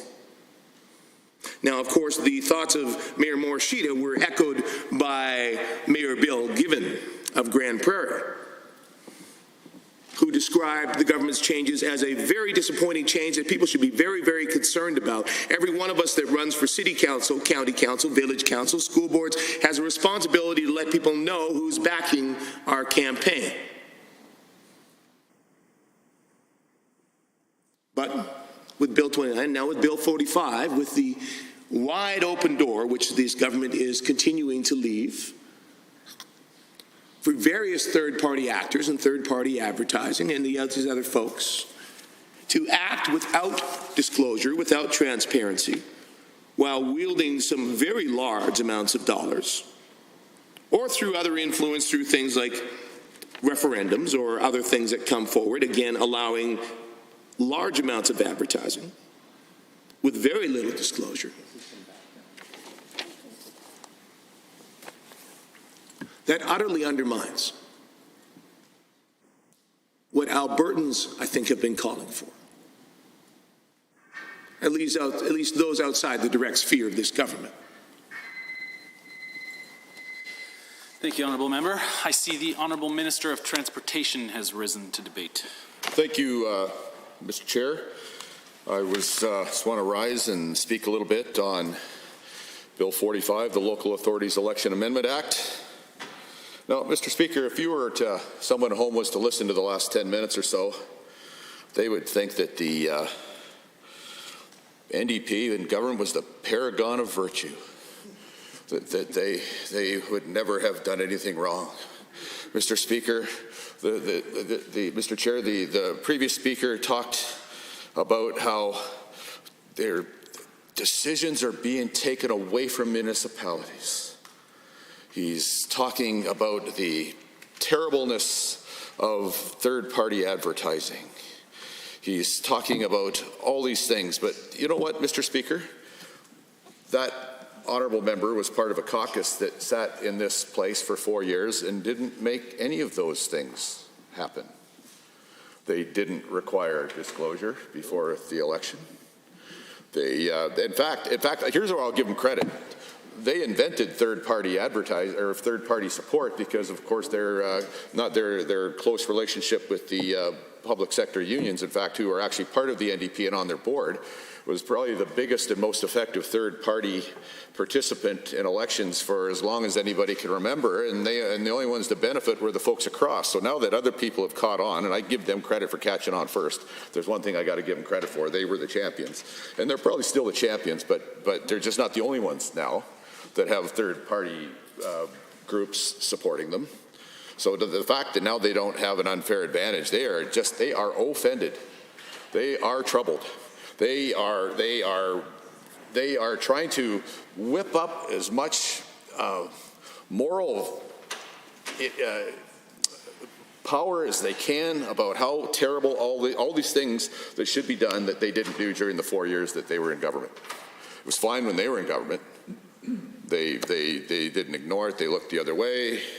It's so terrible, and yet now they talk about giving the municipality. And here's the other thing too. The municipalities are entitled to their opinions, and I respect that. But with all due respect too, those municipalities had the ability to pass a rule requiring disclosure, and they haven't done it. That doesn't make them bad people. It just means that to complain now that it isn't done when, I guess, for the last 40 elections in a row, it didn't get done, seems a little inconsistent. But the folks across the aisle are just unbelievable how they want to get on their moral high horse about all the stuff that they didn't do. And I really loved the complaint from the member from Calgary Buffalo that there will be too many people voting if there's a referendum. Because Lord knows we all want less people to vote. Oh no, wait a minute, we don't all want less people to vote. Only those people on the NDP side want less people to vote. They are so offended that a referendum is going to bring more people out. See how offended they are? They're heckling because I pointed out an obvious inconsistency, an obvious place where they are so inconsistent in between their words and their actions. They are so offended that they actually, the member actually had the courage to stand up here and said, more people are going to come out to vote. And he made it sound like a crime. Well, guilty. I guess on this side we're guilty. We're guilty of bringing more people out to vote by having a referendum. But on the other side of the NDP side, they actually stood up here in Hansard, and the honourable member can't remember what he said. He should review Hansard later on, because his words are right there. And he talked about how more people are going to come out to vote. He made it sound like a crime. So, okay, I guess if that's the biggest crime we've committed, then I guess we'll probably plead guilty to that. See, he still can't stop heckling, Mr. Chair, because I've pointed out the incredible attitude that's over there, that they only want people that they don't want everybody coming out to vote and deciding who they want on a city council or as a school board member. They only want, I suppose, I don't know who they want. I don't know. We want everybody to come out. I mean, it's our job to see. See, yeah, I could hardly hear myself talk because the member from Calgary Buffalo was so upset because I pointed out the incredible inconsistency of what he's done. Incredible. He still can't stop now. So, Mr. Speaker, if they're complaining about us bringing out too many people to vote, I think we can get past that insult. I think most Albertans will forgive us for maybe reminding them to vote by putting more things on the election that they're interested in, and then when they make the effort to come out and vote, they can affect more of their world. And again, I'll remember, and I also think it's tremendous when some members over there talk about how people want to vote about local things. Well, Mr. Speaker, the senators deal with federal legislation, which includes the environment. I hope that's one thing we can agree with on all sides of the House here is the environment's local. I think that the federal government deals with the military, which provides us all with freedom. Oh, wait a minute, freedom to vote. I know the other side doesn't want people to come out to vote, but we do. And so that makes that local too. The federal government has an environment minister, they have a health minister. It seems to me the health of Albertans and Canadians is pretty local. If certainly it's somebody in your family needs the care of the healthcare system, it's even more than local, it's right within your own home. That doesn't get any more local than that, than around your own kitchen table. And yet they want to deny that over there. And in fact, Mr. Speaker, talk about local. What's really neat is that while we agree, it doesn't change the authority, what we're doing with the Prime Minister of the day, from whatever party. It's the same. This is for us, it's not a partisan thing to appoint who they want. But in fact, here in Alberta, where we've had elections in the past, and it seems to me the last senatorial election, was it 2012? Was 2012. And in fact, we've actually had success in having senators appointed to the upper chamber that actually were the winners in Alberta's senatorial election, though the Prime Minister of the day didn't have to do that. Wow, that seems pretty local to me, when you actually get a say. And in fact, the Prime Minister of the day didn't have to give Albertans the say, because the Prime Minister under our Constitution has the authority to unilaterally make that decision. And yet, wow, that's pretty local.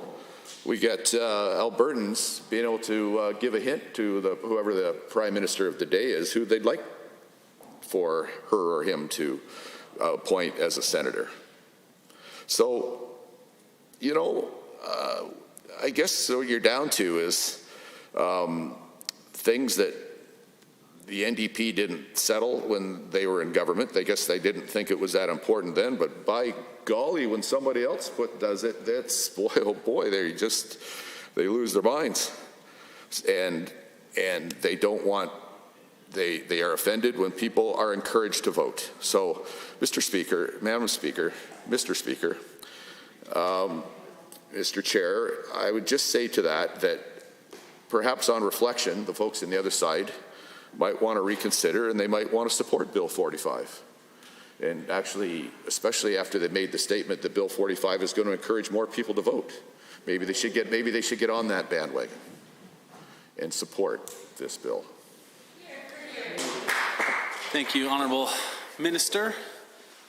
Next, I believe I see the Honourable Member for Edmonton, Glenora, has risen. Thank you very much, Mr. Chair, and to my colleagues who've had an opportunity to speak to this so far for leading us to this point in debate. I wasn't planning on responding to comments from prior speakers, but I think it's more than appropriate given the tone of the last speech at this point. And the last speaker is somebody that I have something in common with, in that we both ran in local elections.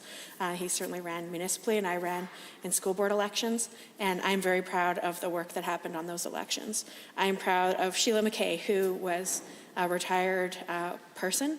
She volunteered in elementary school, and she spent at least 3 hours a day for the 6 months of our campaign, calling through, getting donors, getting sign locations, and getting support in general. It was something that I was very proud of. And she certainly wasn't bankrolled by the kind of large donors that the member is enabling through this type of legislation and his remarks that he's pushing with regard to it. She was a woman who cared deeply about her community school that was under threat of closure, and she wanted to make sure that she fought to keep that school open.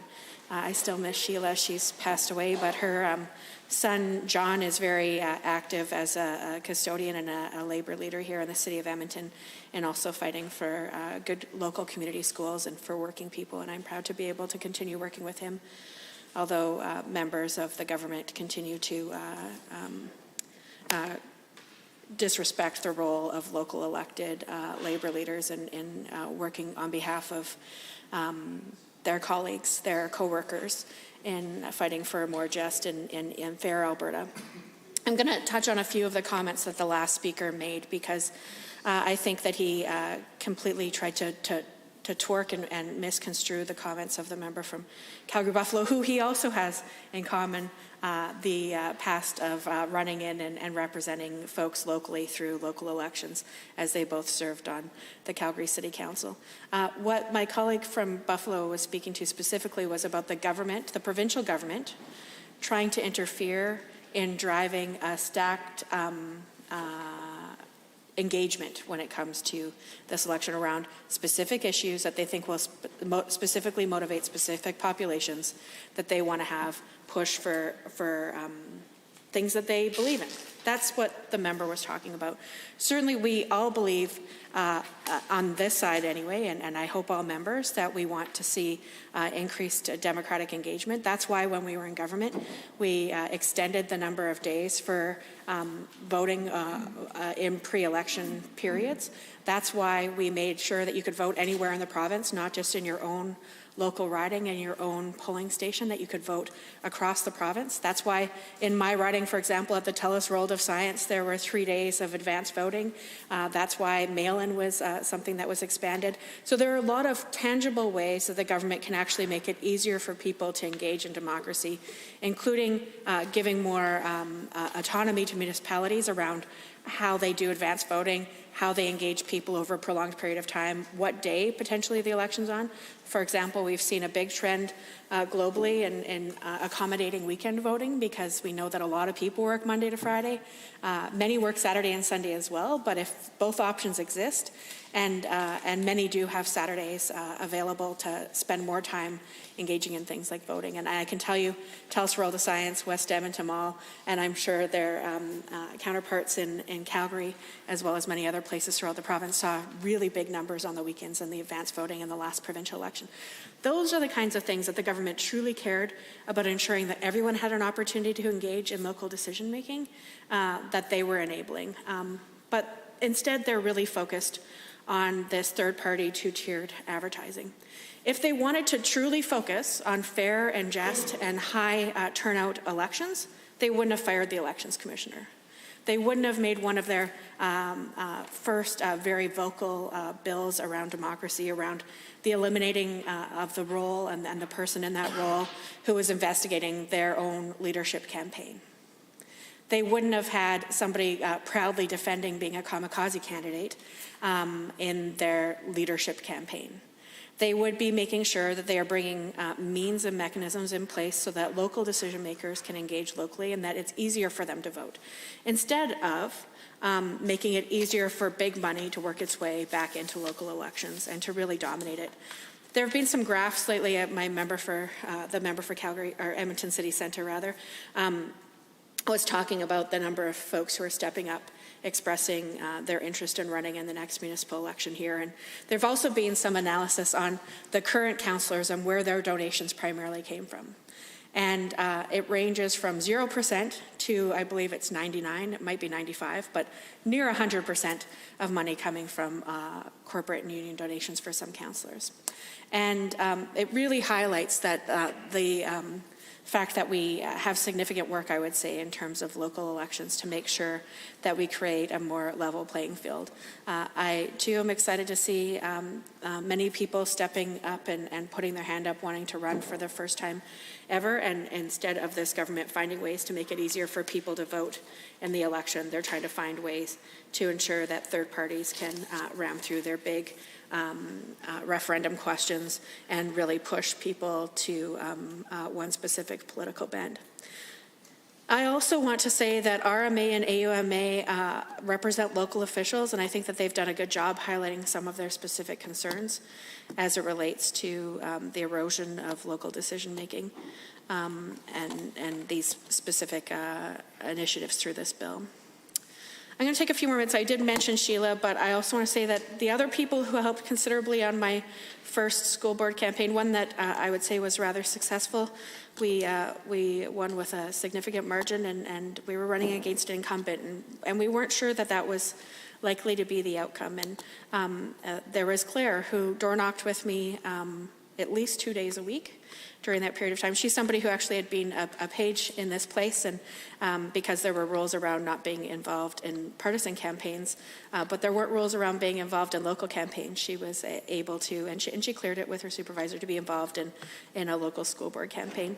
There was my friend Doug, who came out with me at least 1 day a week, and he rolled up his sleeves and we went out and we knocked, and we got through a huge number of houses together. And then, of course, there was my mom, who probably has been one of the biggest supporters for me politically over the last decade, and I'm very grateful. I also want to touch on somebody else who was a locally elected official who passed away in our family this last weekend. He was my Uncle Steve, my great-uncle Steve. He was my grandmother's youngest brother, and he died of COVID. And he was 89. He was 89, and he was living in a congregated facility. He moved into assisted living. Well, it might have had long-term care wing in it as well, actually. But he moved into continuing care rather recently. I want to touch a little bit on Steve's legacy. He was a councillor in Westlock, and he cared deeply about affordable housing, including seniors housing, and helped make that come to fruition there. And specifically about the museum. If anyone's had an opportunity to visit the museum in Westlock, it's a great resource and a great asset, I think, for folks in that region. But it's also on a major highway, so when you're traveling north through Westlock, I encourage you to take a few minutes to consider stopping there. And that's the type of legacy that I'd like us to see live out for local elections, that they're about the issues that matter to your local municipalities, about things like making sure you're building affordable, supportive housing for your aging population, about making sure that folks who want to learn more about the history of the region have an opportunity to engage in a local museum and contribute their family heirlooms to that legacy, making sure that there's opportunities for us to reflect the local values of local decision makers. And again, with this bill and with the spending thresholds that are being pushed in it, they are significant, and they are definitely intended to change the types of conversations that happen at the local level and the types of discussions that are happening during local elections. Being able to engage on the decisions around school board elections, that was probably the first election that I can recall where people came out. It wasn't just in my ward, but when people came out to enthusiastically vote for school board. Often school boards, what happens when you vote for mayor, you might vote for your councillor, and then maybe you'll fill out the school board portion of your ballot as well. But in that 2010 election, I'd say Edmontonians rightfully knew that there was a big choice at hand, a choice around following Conservative direction and closing. At that time, they were reviewing, I believe, 70 schools out of the 200 schools in Edmonton Public alone for closure, and there was a big push from the provincial government at the time, the Conservative provincial government at the time, to close many schools and establish neighborhoods because they weren't efficient enough. And I have to say how grateful I am that the City of Edmonton and its voters came out in large numbers to give us a mandate to fight back against that. And I'm so glad that we did. Here we are today, and I know how quickly the rates of COVID in our community and in our schools has risen, especially over the last month. And one of the things that I think has been a big sigh of relief for a lot of families is that there aren't only large schools, that there are a variety of different types of schools and class configurations, and that we do have a number of schools still open in the core of our city that have smaller numbers. Most of them are getting quite full because a lot of families, when they had the certainty that there would be a neighborhood school for many years to come, were in a position where they were able to make a decision to commit to that neighborhood and raise their family there, rather than fear that the local school in a mature neighborhood would be closed and that they'd have to, if they wanted their child to be able to walk to school, have to move to another neighborhood. So we have been able to see the enrollment in many mature neighborhood schools grow in a sustainable way over the last decade. But also it isn't at the extreme numbers that we see in some other parts of our city where many students have to isolate as soon as there is a case, because of course there are many students in a class and therefore many close contacts. That doesn't mean that all classrooms in older parts of our cities have small class sizes. That's not always the case, and there are a number of class sizes that are far beyond 15 in mature neighborhoods. There are very few that are less than 15, which is, of course, what we recommended through our Safe Schools, Successful Students, an alternate relaunch plan for schools back in the summer. And these are the kinds of issues that I would really love to see our local candidates engage at a variety of levels. And actually, during the last election, I think schools became one of the questions people were asking the mayor of here in Edmonton for sure, and I think a bit in Calgary as well, because they were talking about the ongoing sustainability of communities and the importance of those two local orders of government, the school district authorities and the boards that are elected to govern them, and the municipal administration, as well as the councillors and mayor who are elected to govern them. The ways that they were going to work together to ensure sustainability for our cities and for our communities within those cities. Those are the issues that galvanized Sheila and Claire and Doug and my mom and many other volunteers who I'm sorry I can't name everyone here right now to be engaged in our campaign in 2010 and to help shift the conversation. And those are the types of conversations that I sincerely hope continue. And again, it would be much easier to take the Minister of Transportation's comments with a greater degree of credence if his government didn't have such a track record of attacking folks who are appointed to protect our democracy. The termination of Lauren Gibson, I think, is something that is a dark mark on the democratic record of this government. I think that that's something that they will have to carry with them for quite some time. I know that they keep trying to change the topic and talk about other issues, but the fact that the person who had issued, I believe it was tens of thousands of dollars in fines in relation to the UCP-PC leadership campaigns, 206, thank you very much to my colleague from Calgary Buffalo for that correction, $206,000 in fines. And the government was very quick to end his relationship as the person accountable to the public for our democratic elections. Something that I knew that there was not admiration for the work that he was doing, but I didn't think the government would be so brazen as to, in the midst of the investigation, terminate the person who was there to enforce it. That this is from a government that talks about being focused on law enforcement, yet the person that was in place to protect the law was one of the first people that they went after. There, of course, are other issues that will likely be front and center in this upcoming election, and I would like the candidates and the electorate to be the ones that determine what those issues are, not folks with $30,000 times many of them trying to get dark money back into politics and pushing for corporate and union voices to be the dominant voices in elections. It should absolutely be the citizens of our fine province, and that's why I am very frustrated that the government is proposing this bill in its current form, and I hope that they seriously consider ways that they can amend it to make this legislation reflect the values of local elections, not the drive that they are bringing forward through their desire to I believe the member from Calgary Buffalo talked about stacking the deck. So this really should be about local decision makers, local electors, and the candidates who are willing to run in local elections. This shouldn't be about the UCP cabinet trying to drive their specific agenda through other orders of government. They absolutely have an opportunity in this place to drive their agenda.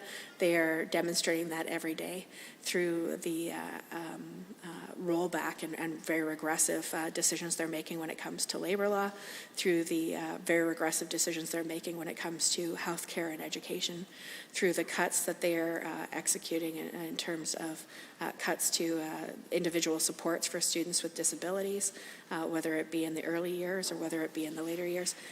This is the opportunity for the government to drive its agenda as it relates to provincial legislation. And the public will have their opportunity to weigh in on how the government's doing in that regard as well when they are up for re-election, when we are all up for re-election. But municipal elections should be driven by municipal electors and municipal candidates in terms of what the questions are that they're engaging with. And for this government to disrespect those local electors and decision makers in terms of many of the points that have been raised by the RMA, AUMA, and their subsequent membership through either individual advocacy or group advocacy, I think shows that this government is not interested in listening to those partners. The one time that they like to say partners and is when they're downloading responsibility without autonomy or resources to many of these local decision makers. And that is exactly what led to, let's go full circle in this speech, that is exactly what led to the decisions that were being made by the local Edmonton Public School Board in 2009 and 2010 that inspired me to run for office. It wasn't that I dreamt of being here. When I was in grade 6, I definitely didn't think I was going to be elected official. It was that I wanted to be able to stay living in the core of my city, and I wanted to have a good school in the surrounding areas. And our local elected official had voted to close every single school that had come across his desk, every single one. Including schools in the riding that he was elected to represent, in the ward that he was elected to represent. And it was also at the urgency of the provincial government that was pushing so hard for increased utilization rates, as they so nicely referred to it, which means higher density, more kids in less schools than what had been in play. And the local decision makers didn't have the resources at their means, in their opinion, to be able to push back. But a group of us decided that if they weren't willing to, then we would step up. And then it was the city of Edmonton, the people of Edmonton, who voted to give us that mandate. We don't decide when we become electeds. We decide we're willing to run, we're willing to take a risk, and we're willing to stand up for something. And it's the people who decide whether or not we have the honor of filling that role. So instead of continuing to try to and exercise through legislation, whether it's the firing of the elections commissioner or the bolstering of third-party advertising and PACs and third-party campaigns, this government could be well served, and the people of Alberta could be well served if they respected the will of the public, if they respected the role of law enforcers when it comes to elections, and if they stopped with the type of intimidation and arrogance that we continue to see day in and day out. It's not every day that you see UCP press secretary address the atrocities of the government through social media, but I believe she's a former press secretary. If she wasn't yesterday, she probably is today. That very clearly became part of the discussion on the internet. So I think when it comes to listening to the will of the people, there have been many examples of how this government has failed to do so, and I believe that this bill is yet another attempt to erode local decision-making and the electorate, and what the electorate is, the role of the electorate in driving local decision-making as well, because the government continues to funnel new ways to get big money into politics and to push third-party advertising and campaigns. Thank you, Honourable Member. I see the Honourable Member for Fort McMurray-Laclabish. Thank you, Mr. Chair. Really appreciate this and the opportunity to speak to Bill 45.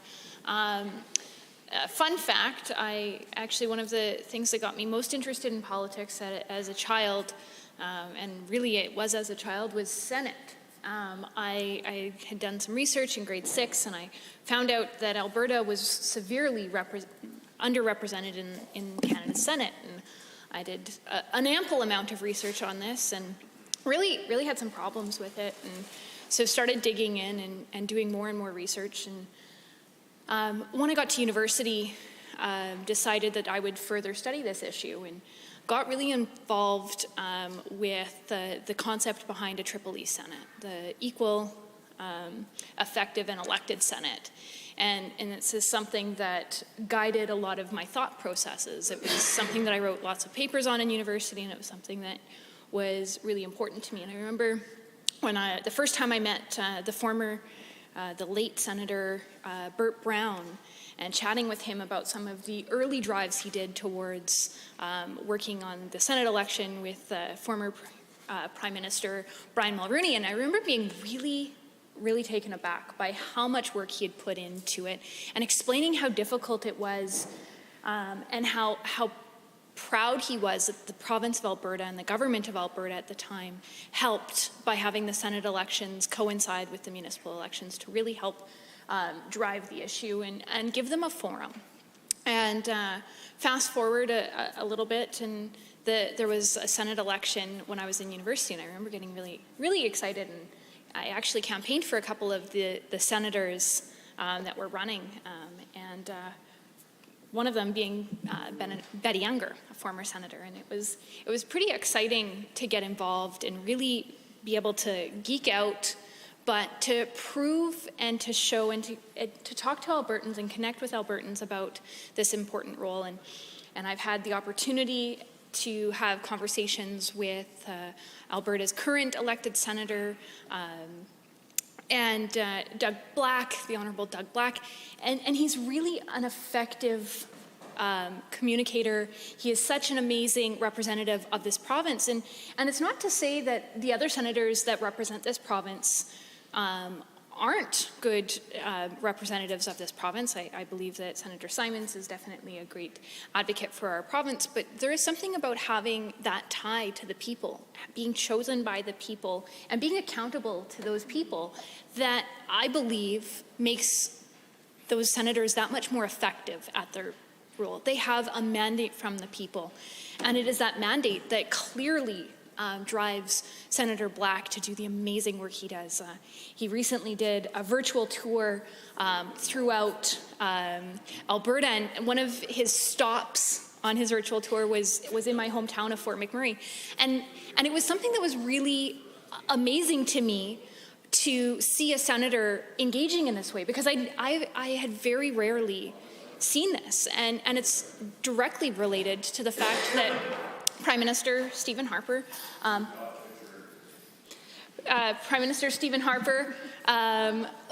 saw a piece there and saw the importance of the elected Senate. And I know we're not alone here in Alberta about this. And so this piece of legislation, part of the reason why I was so excited about it is that it gave the opportunity to not only have the Senate elections happen here in Alberta, but it cemented the fact that they were going to coexist with the municipal election and the school board elections, which increases voter turnout. And I am a big fan of anything we can do to increase voter turnout. I do not see this as a negative in any capacity. In studying political science through university, I saw any manner of increasing democracy as a good thing for democracy. Democracy is messy. Democracy is imperfect, but democracy is the best system we have.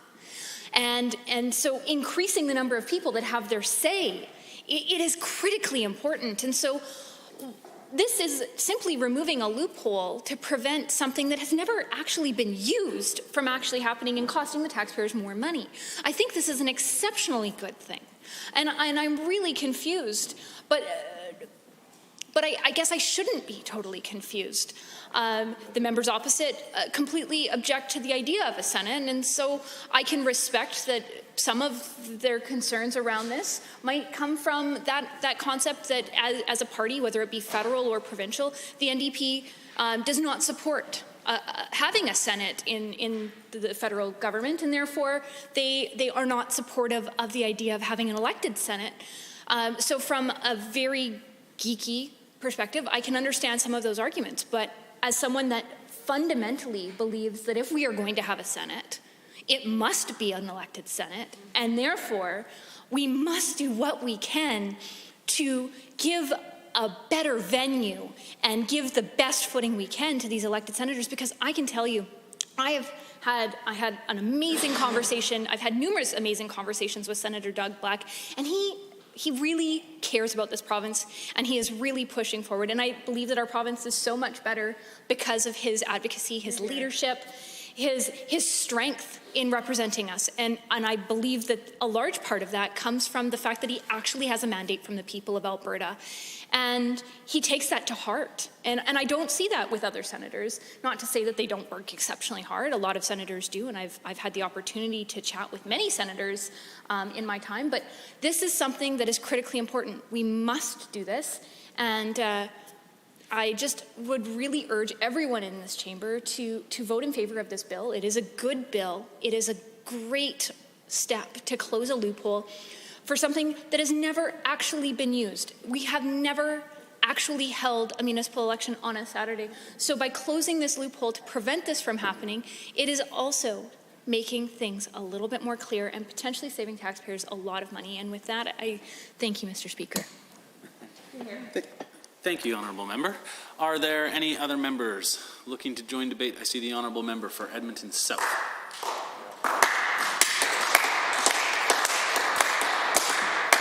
Thank you, Mr. Chair. It's my pleasure to rise and speak to the Local Authorities Election Amendment Act 2020, number 2. And Mr. Chair, I think that we've had quite a bit of fulsome debate here in Committee of the Whole at this stage, and we've had quite a bit of discussion around, I suppose, the merits, or rather lack thereof of merits,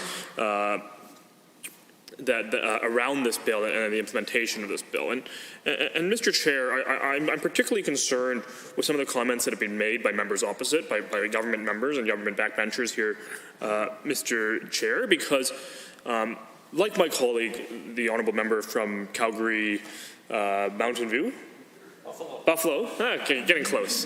One of these days I'll get it right the first time, Mr. Chair. But my one of my colleagues from Calgary here, I think that certainly we were sitting on committees together, and we sat with many of the government members that spoke on committees together and heard from actual experts on elections and actual experts on democracy and actual experts like Dr.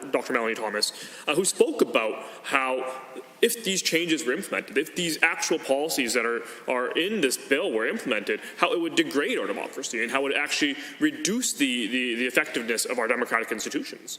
So we heard significant concerns around issues such as the usage of the amalgamated donation caps. We heard significant concerns around the usage of third-party advertising. We heard significant concerns from experts and even the public as well. We heard from the public as well. So basically across the board, unless it was people who were very closely associated with the government party and the UCP party, it was very clear that it was a nonpartisan agreement that we should have stricter limits that are not going to be in place in this bill. And Mr. Chair, when we look at the limits that are being put in place, and we look at the implementation of the pieces being put in place, we don't only have to look at the consultations that this legislature did and the committees that this legislature did. We can also look at organizations, for example, such as Parity YEG and Ask Her YYC, two equity-seeking organizations that seek to help women engage in politics, and particularly municipal politics, which is, of course, local authorities elections, what we're discussing here. And we see that both of these organizations actually spoke out against the changes around higher ceilings that are going to be brought in under this legislation. They actually spoke out against how the changes are only going to benefit wealthy incumbents that are often male, and how it's going to make it tougher for women and other marginalized communities to engage in the democratic process and the elections process. So Mr. Chair, when we talk about trying to get marginalized groups involved in politics, and whether that's racialized minorities, women, or otherwise, or sexually diverse candidates, Mr. Chair, when we look at these types of concerns, when we look at the actual policy we need to be making to encourage broader use of our democratic institutions or broader involvement in our democratic institutions, the experts all agree that this bill is taking us in the wrong direction. The experts agree that this government is on the wrong track. The experts agree that this government is reducing the means of which people will actually be able to engage in democracy meaningfully. It's going to reduce things like transparency around third-party advertising. It's going to reduce things like the ability to control how corporate interests are being played out in municipal elections, Mr. Chair. So, I mean, I think it is particularly concerning. It's particularly concerning for every underrepresented group in municipal politics, and indeed even in this legislature. We know that many groups are underrepresented in this legislature as well, and we know that municipal elections have impacts that affect elections across the board. So, Mr. Chair, when we look at this bill, when we look at members opposite talking about this bill and how they're so excited that they're going to increase certain voter turnout, and they're so excited about how they're going to bring in these policies and open the floodgates for higher voter turnout, Mr. Chair, the experts agree that instead of doing that, what they're actually accomplishing is opening floodgates to dark money that's going to influence democracy in nefarious ways, that's going to muddle the issues, that's going to confuse voters, that's going to hurt marginalized communities, that's going to discourage marginalized communities like racialized people, like women, like sexually diverse candidates from actually participating in the democratic process. And that's what organizations like Parity YEG, like Ask Her YYC, like the experts we heard on the panels when this legislator had a subcommittee or had a committee looking at these processes, Mr. Chair, it's very clear that across the board, if you're talking to anybody other than the Canadian Taxpayers Federation, if you're talking to anybody other than lobbyists that are closely associated with the UCP, that the experts don't agree with this legislation. The experts think this legislation degrades our democratic institutions. The experts think it makes it harder for marginalized communities and underrepresented groups to engage in democracy and meaningful democracy. So, Mr. Chair, when we look at this legislation, when we look at the changes being pushed forward, when we look at the dark money that's going to be brought in, when we look at the ability of third-party advertisers to adversely affect our democratic institutions, for the ability of third-party advertisers to work in ways that are going to be less transparent, that are going to be less accountable, and significantly influence our voters and constituents, Mr. Chair, I think that we need to be very concerned. Albertans need to be very concerned, and the experts are concerned. That's why experts that were asked to present to the Select Special Democratic Accountability Committee spoke to that effect. That's why people who weren't asked, or who weren't approved by the UCP majority on that committee to present, then wrote in publicly. And wrote in under the public submissions, or made comments publicly through means such as social media and otherwise, and releases, Mr. Chair. That's why we saw across the board condemnation of the policy that is being implemented under this legislation. That this legislation is wrong-headed, it's moving in the wrong direction, it is something that absolutely makes democracy worse off, and it's going to make our local elections and our municipal governments less effective. It simply does not make any sense that when we have this consensus that we should not have this dark money and lack of accountability, lack of transparency in third-party advertising. It simply does not make sense that when every single group writes in about how this is going to degrade our institutions, why then suddenly the government thinks, well, it's so great that we're going to be able to have third parties spend so much money driving up voter turnout for special interest groups. Mr. Chair, that is not what the experts or this opposition or Albertans believe is an effective use of democracy. Right? It's not effective that special interest groups with no accountability, special interest groups that have worked on behalf of this government, Mr. Chair, and are closely associated with this government, Mr. Chair, that are closely associated with very troubling people and very troubling groups, Mr. Chair, are now going to be able to, without accountability, without disclosure, without any mechanism or checks and balances, are going to be able to massively influence local elections.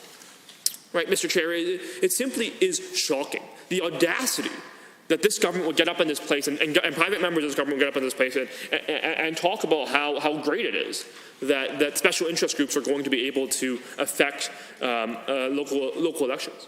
That special interest groups are going to have additional influence on driving people to local elections. That special interest groups are going to have additional means to do this. Without accountability, without transparency, without the things we take often for granted in our democratic institutions.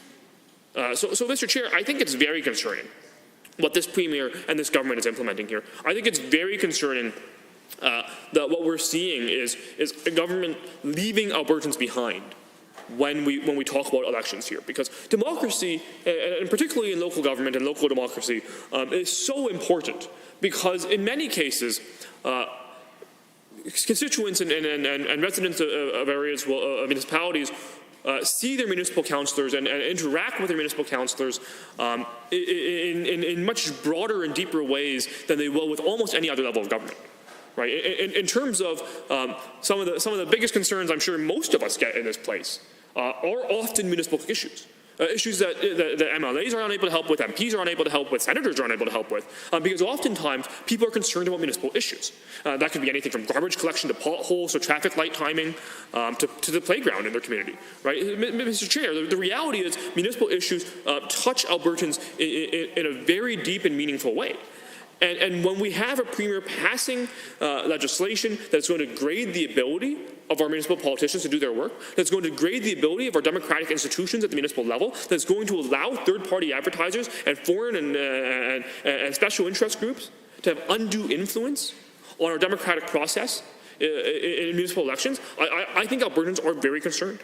I think that this opposition is very concerned. I think government members should be very concerned. I think it's very concerning when we see these policies being brought in. I think it's very concerning that we see time and time again, this government folding to the pressure of special interest groups. Because right now in local elections, of course, we see special interest groups now have an undue influence over municipal elections. Special interest groups now are able to act without reproach, or are now able to act without transparency, without disclosure.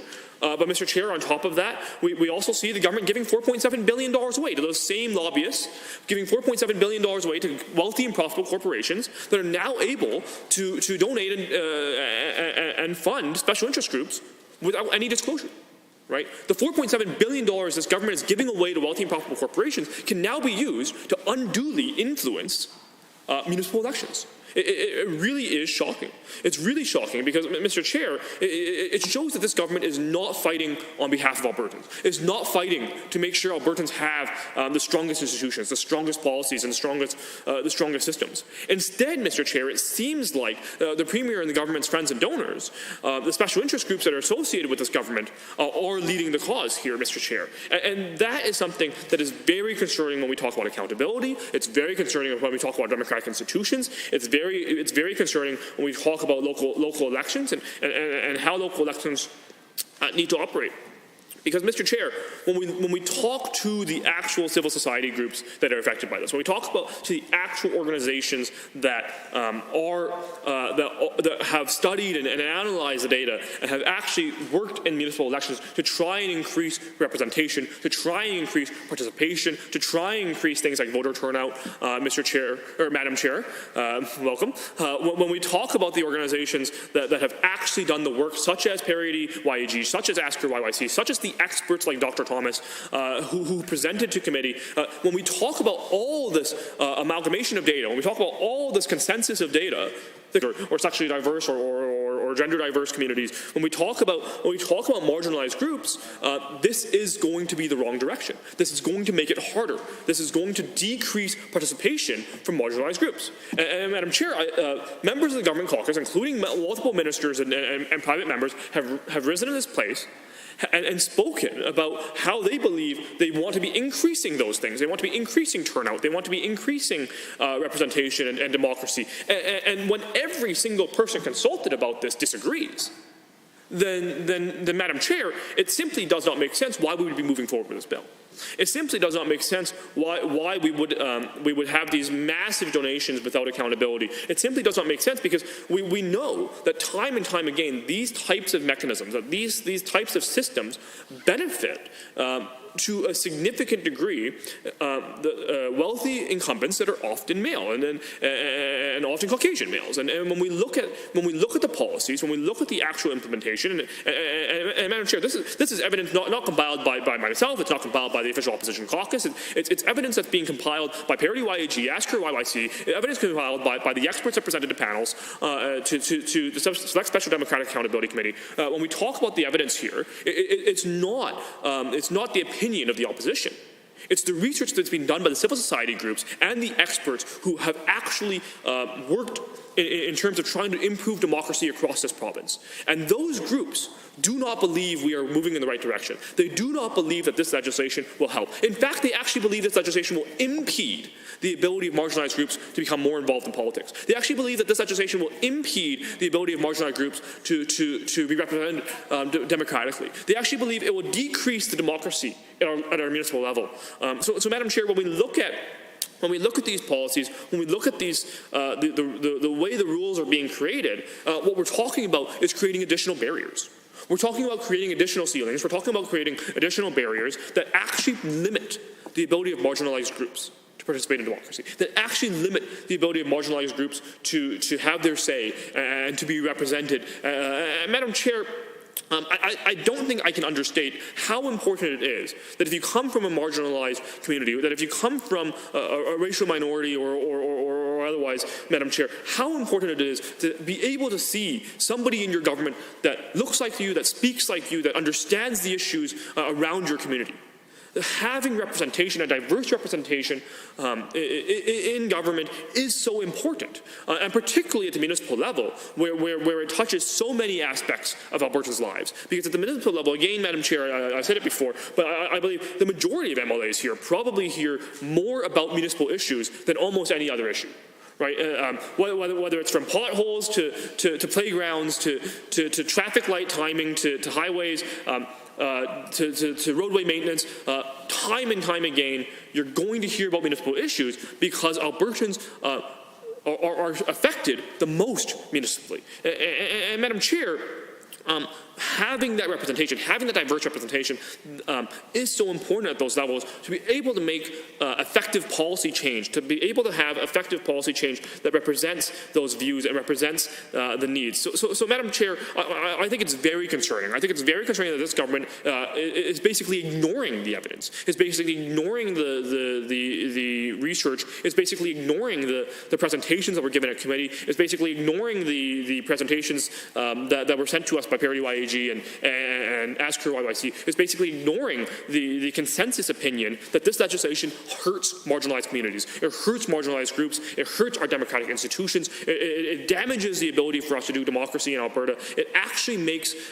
democracy worse. It actually makes local elections worse. It actually makes the governance of our municipalities worse off, Madam Chair. And I think it's pretty concerning that the government hides behind fallacies when they look at this, Madam Chair, because time and time again we hear this consensus that this is not the right way forward, this is not the right path, this is the wrong piece of legislation, this is the wrong policy. So, Madam Chair, when we look at the package of policy being brought forward, we look at how it's been bundled and how it's been suggested to move forward, we see that again this government does not seem to be fighting for everyday Albertans. This government is not fighting to ensure Albertans have a fighting shot. Instead, Madam Chair, what this government is doing is giving $4.7 billion away to wealthy and profitable corporations who can then turn around and use that to unduly influence municipal elections, who can then do it without accountability, without transparency, without the safeguards that we expect in Western liberal democracies, without the systems that we expect in Western liberal democracies that ensure fair and democratic elections.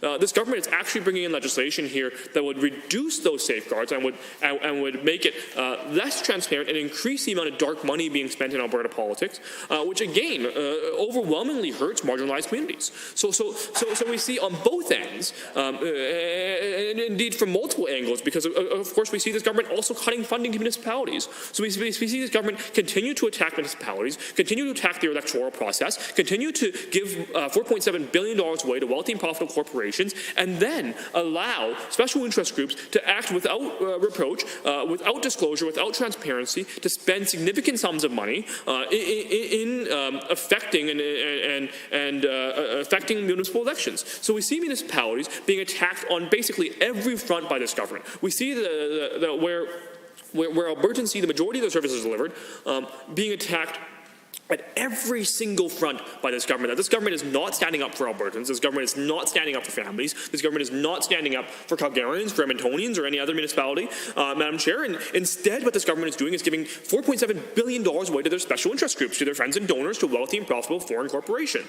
So, Madam Chair, when we look at the policy, when we look at the holistic package, when we look at what is actually being presented here, it becomes very clear that the intentions of this government, or in my opinion, Madam Chair, that it becomes very clear that it does not seem like this government is standing up for Albertans. Instead, it looks like this government is standing up for their friends and donors. Instead, it looks like this government is standing up for their friends and donors and ensuring that they get better off, while Albertans and marginalized communities have a worse and lesser democratic institution. Their democratic institutions are degraded. They're worse off. So when we look at these systems, when we look at these policies, when we look at how it's being implemented here, and I know many of my honourable colleagues here in the opposition have spoken at length today and otherwise at previous debate points for this bill as well, about why in particular this bill fails to accommodate any of the legislation that we need.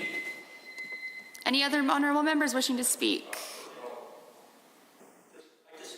I'll recognize the honourable member for Calgary. With regard to these extra referendum and elections for Senate, we haven't talked about who pays for those things. assume that the lack of clarification from the other side will mean that municipalities will be picking up the tab for counting those ballots. And in the case of the large cities, there are hundreds of thousands of paper ballots that they'll need people. They'll need time to do that count successfully and complete it. And it will cost money to keep those people around. So the UCP is, again, downloading costs onto municipalities, because I haven't heard anybody say, no, we're going to pay for that. It would be great if a member from the other side actually clarified who's going to be picking up the tab, and the tab will be substantive in total for municipalities to do that work. So that, again, is a concern of mine. It's local issues that aren't being addressed, and they're having to pay for it as well. Thank you very much, Madam Chair. Thank you to the honourable member. And just for clarity, I think the honourable member knows he's been in this assembly long enough that we should wait to be called upon by the chair before we begin speaking. I know we get excited, but it is important to remain decorum and order within the chamber. Are there any other honourable members wishing to speak? Having heard, I'll ask the question.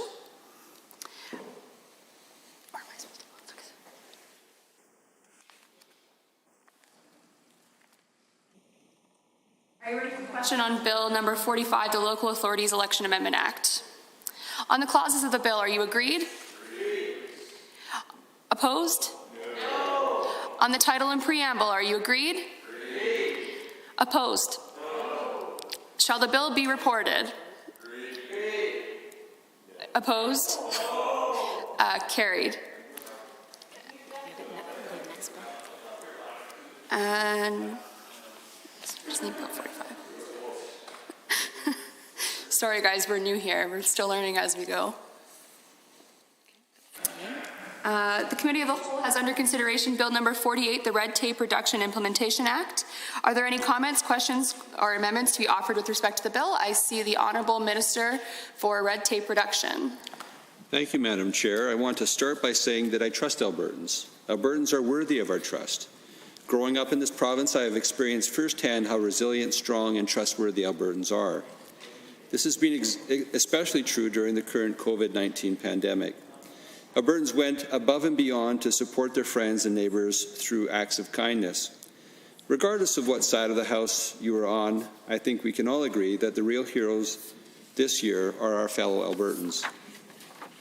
Madam Chair, during this time of uncertainty, we must address the hidden tax that robs our job creators and our families of precious time and money.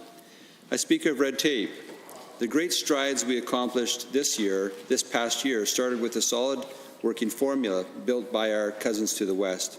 When BC took the very same red tape reduction steps, starting in 2001, their GDP grew faster than ever. Disposable income went from being well below the national average to being well above it. Small business creation skyrocketed, and new jobs were created. It's no secret why we do what we do. In fact, I'm happy to lay it out here for the members opposite who continuously try to undermine the work of our red tape reduction efforts. Number one, BC put someone in charge with an explicit mandate to cut red tape and provide guidance, support, and feedback to every minister's office and the departments. And they're still doing it today under an NDP government. We're doing that as well. BC tasked the department with providing guidance and feedback to assist in identifying and eliminating broken regulations. We've done that. There is a point I want to make on this analysis using streamlined criteria. Our concierge services are being designed by many ministries throughout the government. These are just common sense ideas. And Madam Chair, Albertans would prefer the members opposite took this more seriously. To date, the NDP have submitted only one red tape reduction idea. One, Madam Speaker, or Madam Chair. The member from Edmonton Decor stated during debate that I think we need a little bit more than a letter grade. Well, let me remind that member that not only did they get a grade of F from the Canadian Federation of Independent Business, an organization that represents thousands of small businesses in Alberta, but they also received an F from Albertans in the last election. It's clear the members opposite are out of touch with our job creators and Albertans for that matter. I mean, the leader of the opposition wanted us to shut down 40% of small businesses just this last week, a move that would have crippled our job creators. When they were in office, the NDP watched businesses leave the NDP watched businesses leave, unemployment go up, and investment flee. This is exactly what happened. And red tape, when we restore the balance between labor and management, investment will surge, Albertans will find good jobs, and association. Engagement took place in summer 2020 and included written feedback and virtual facilitated sessions. Our focus here is to eliminate the red tape that is holding back development. For instance, giving the Minister of Municipal Affairs the authority to set firm timelines for decisions of local appeal boards in court. In the end, this will be a win for everyone, including municipalities, as it will bring more investment and jobs and more jobs into our communities. Another point on the proposed change to additional reserve land is that during engagement with stakeholders, including the big cities of Edmonton and Calgary, they acknowledge that this provision is rarely utilized. As a result, there is no negative impact on our municipalities and therefore doesn't detract or take land away from the building of fire halls, schools, parks, etc. Continuing with changes that the Minister of Municipal Affairs contributed to this legislation is the removal of building assessment reports, or otherwise known as BARs. These reports are redundant and simply duplicate checks already available to condominium buyers and boards through other requirements illustrated in the Condominium Property Act and the Safety Codes Act. Other sources of information about the condition of the building, including common areas, can be found in permits and certificates, reserve fund studies, technical audits, and professional schedules in which engineers sign off on. The proposed changes to the Child, Youth and Family Enhancement Act would work to bring us into alignment with other provinces by making our adoption records more accessible and transparent while reducing wait times for this information. The Act will continue to have protections that ensure a careful review of each application to ensure private information is only shared with the appropriate people. Another question came up regarding the proposed change to the burden on our neighbours. By finding efficiencies, by simplifying our legislation, we're saving people from unnecessary confusion and saving taxpayers dollars by reducing the amount of government legislation. Bill 48 is about creating efficiencies and making it easier to navigate government processes and procedures. It's not a miscellaneous statutes amendment act, as some have said. We're not addressing typos and/or aligning with new federal regulations. We're reducing the actual regulatory burden Albertans face every single day. We're cutting down paperwork, headaches, and confusion for Albertans. We have 670,000 regulatory hoops that Albertans have to jump through. And of those, only 20% exist in legislation and regulations. The other 80% lie in forms and policies. This is where I spend my time, ensuring the right protections stay and rooting out the ones that hold Albertans back. It's called moving government to an outcomes-based approach to regulation. There's a great quote by Laura Jones of the CFIB that I'll read in closing. One of the worst consequences of red tape is that it undermines the relationship between a government and its citizens. Albertans can trust that we will make Alberta the freest, fastest moving economy in North America because, Madam Chair, Alberta is open for business.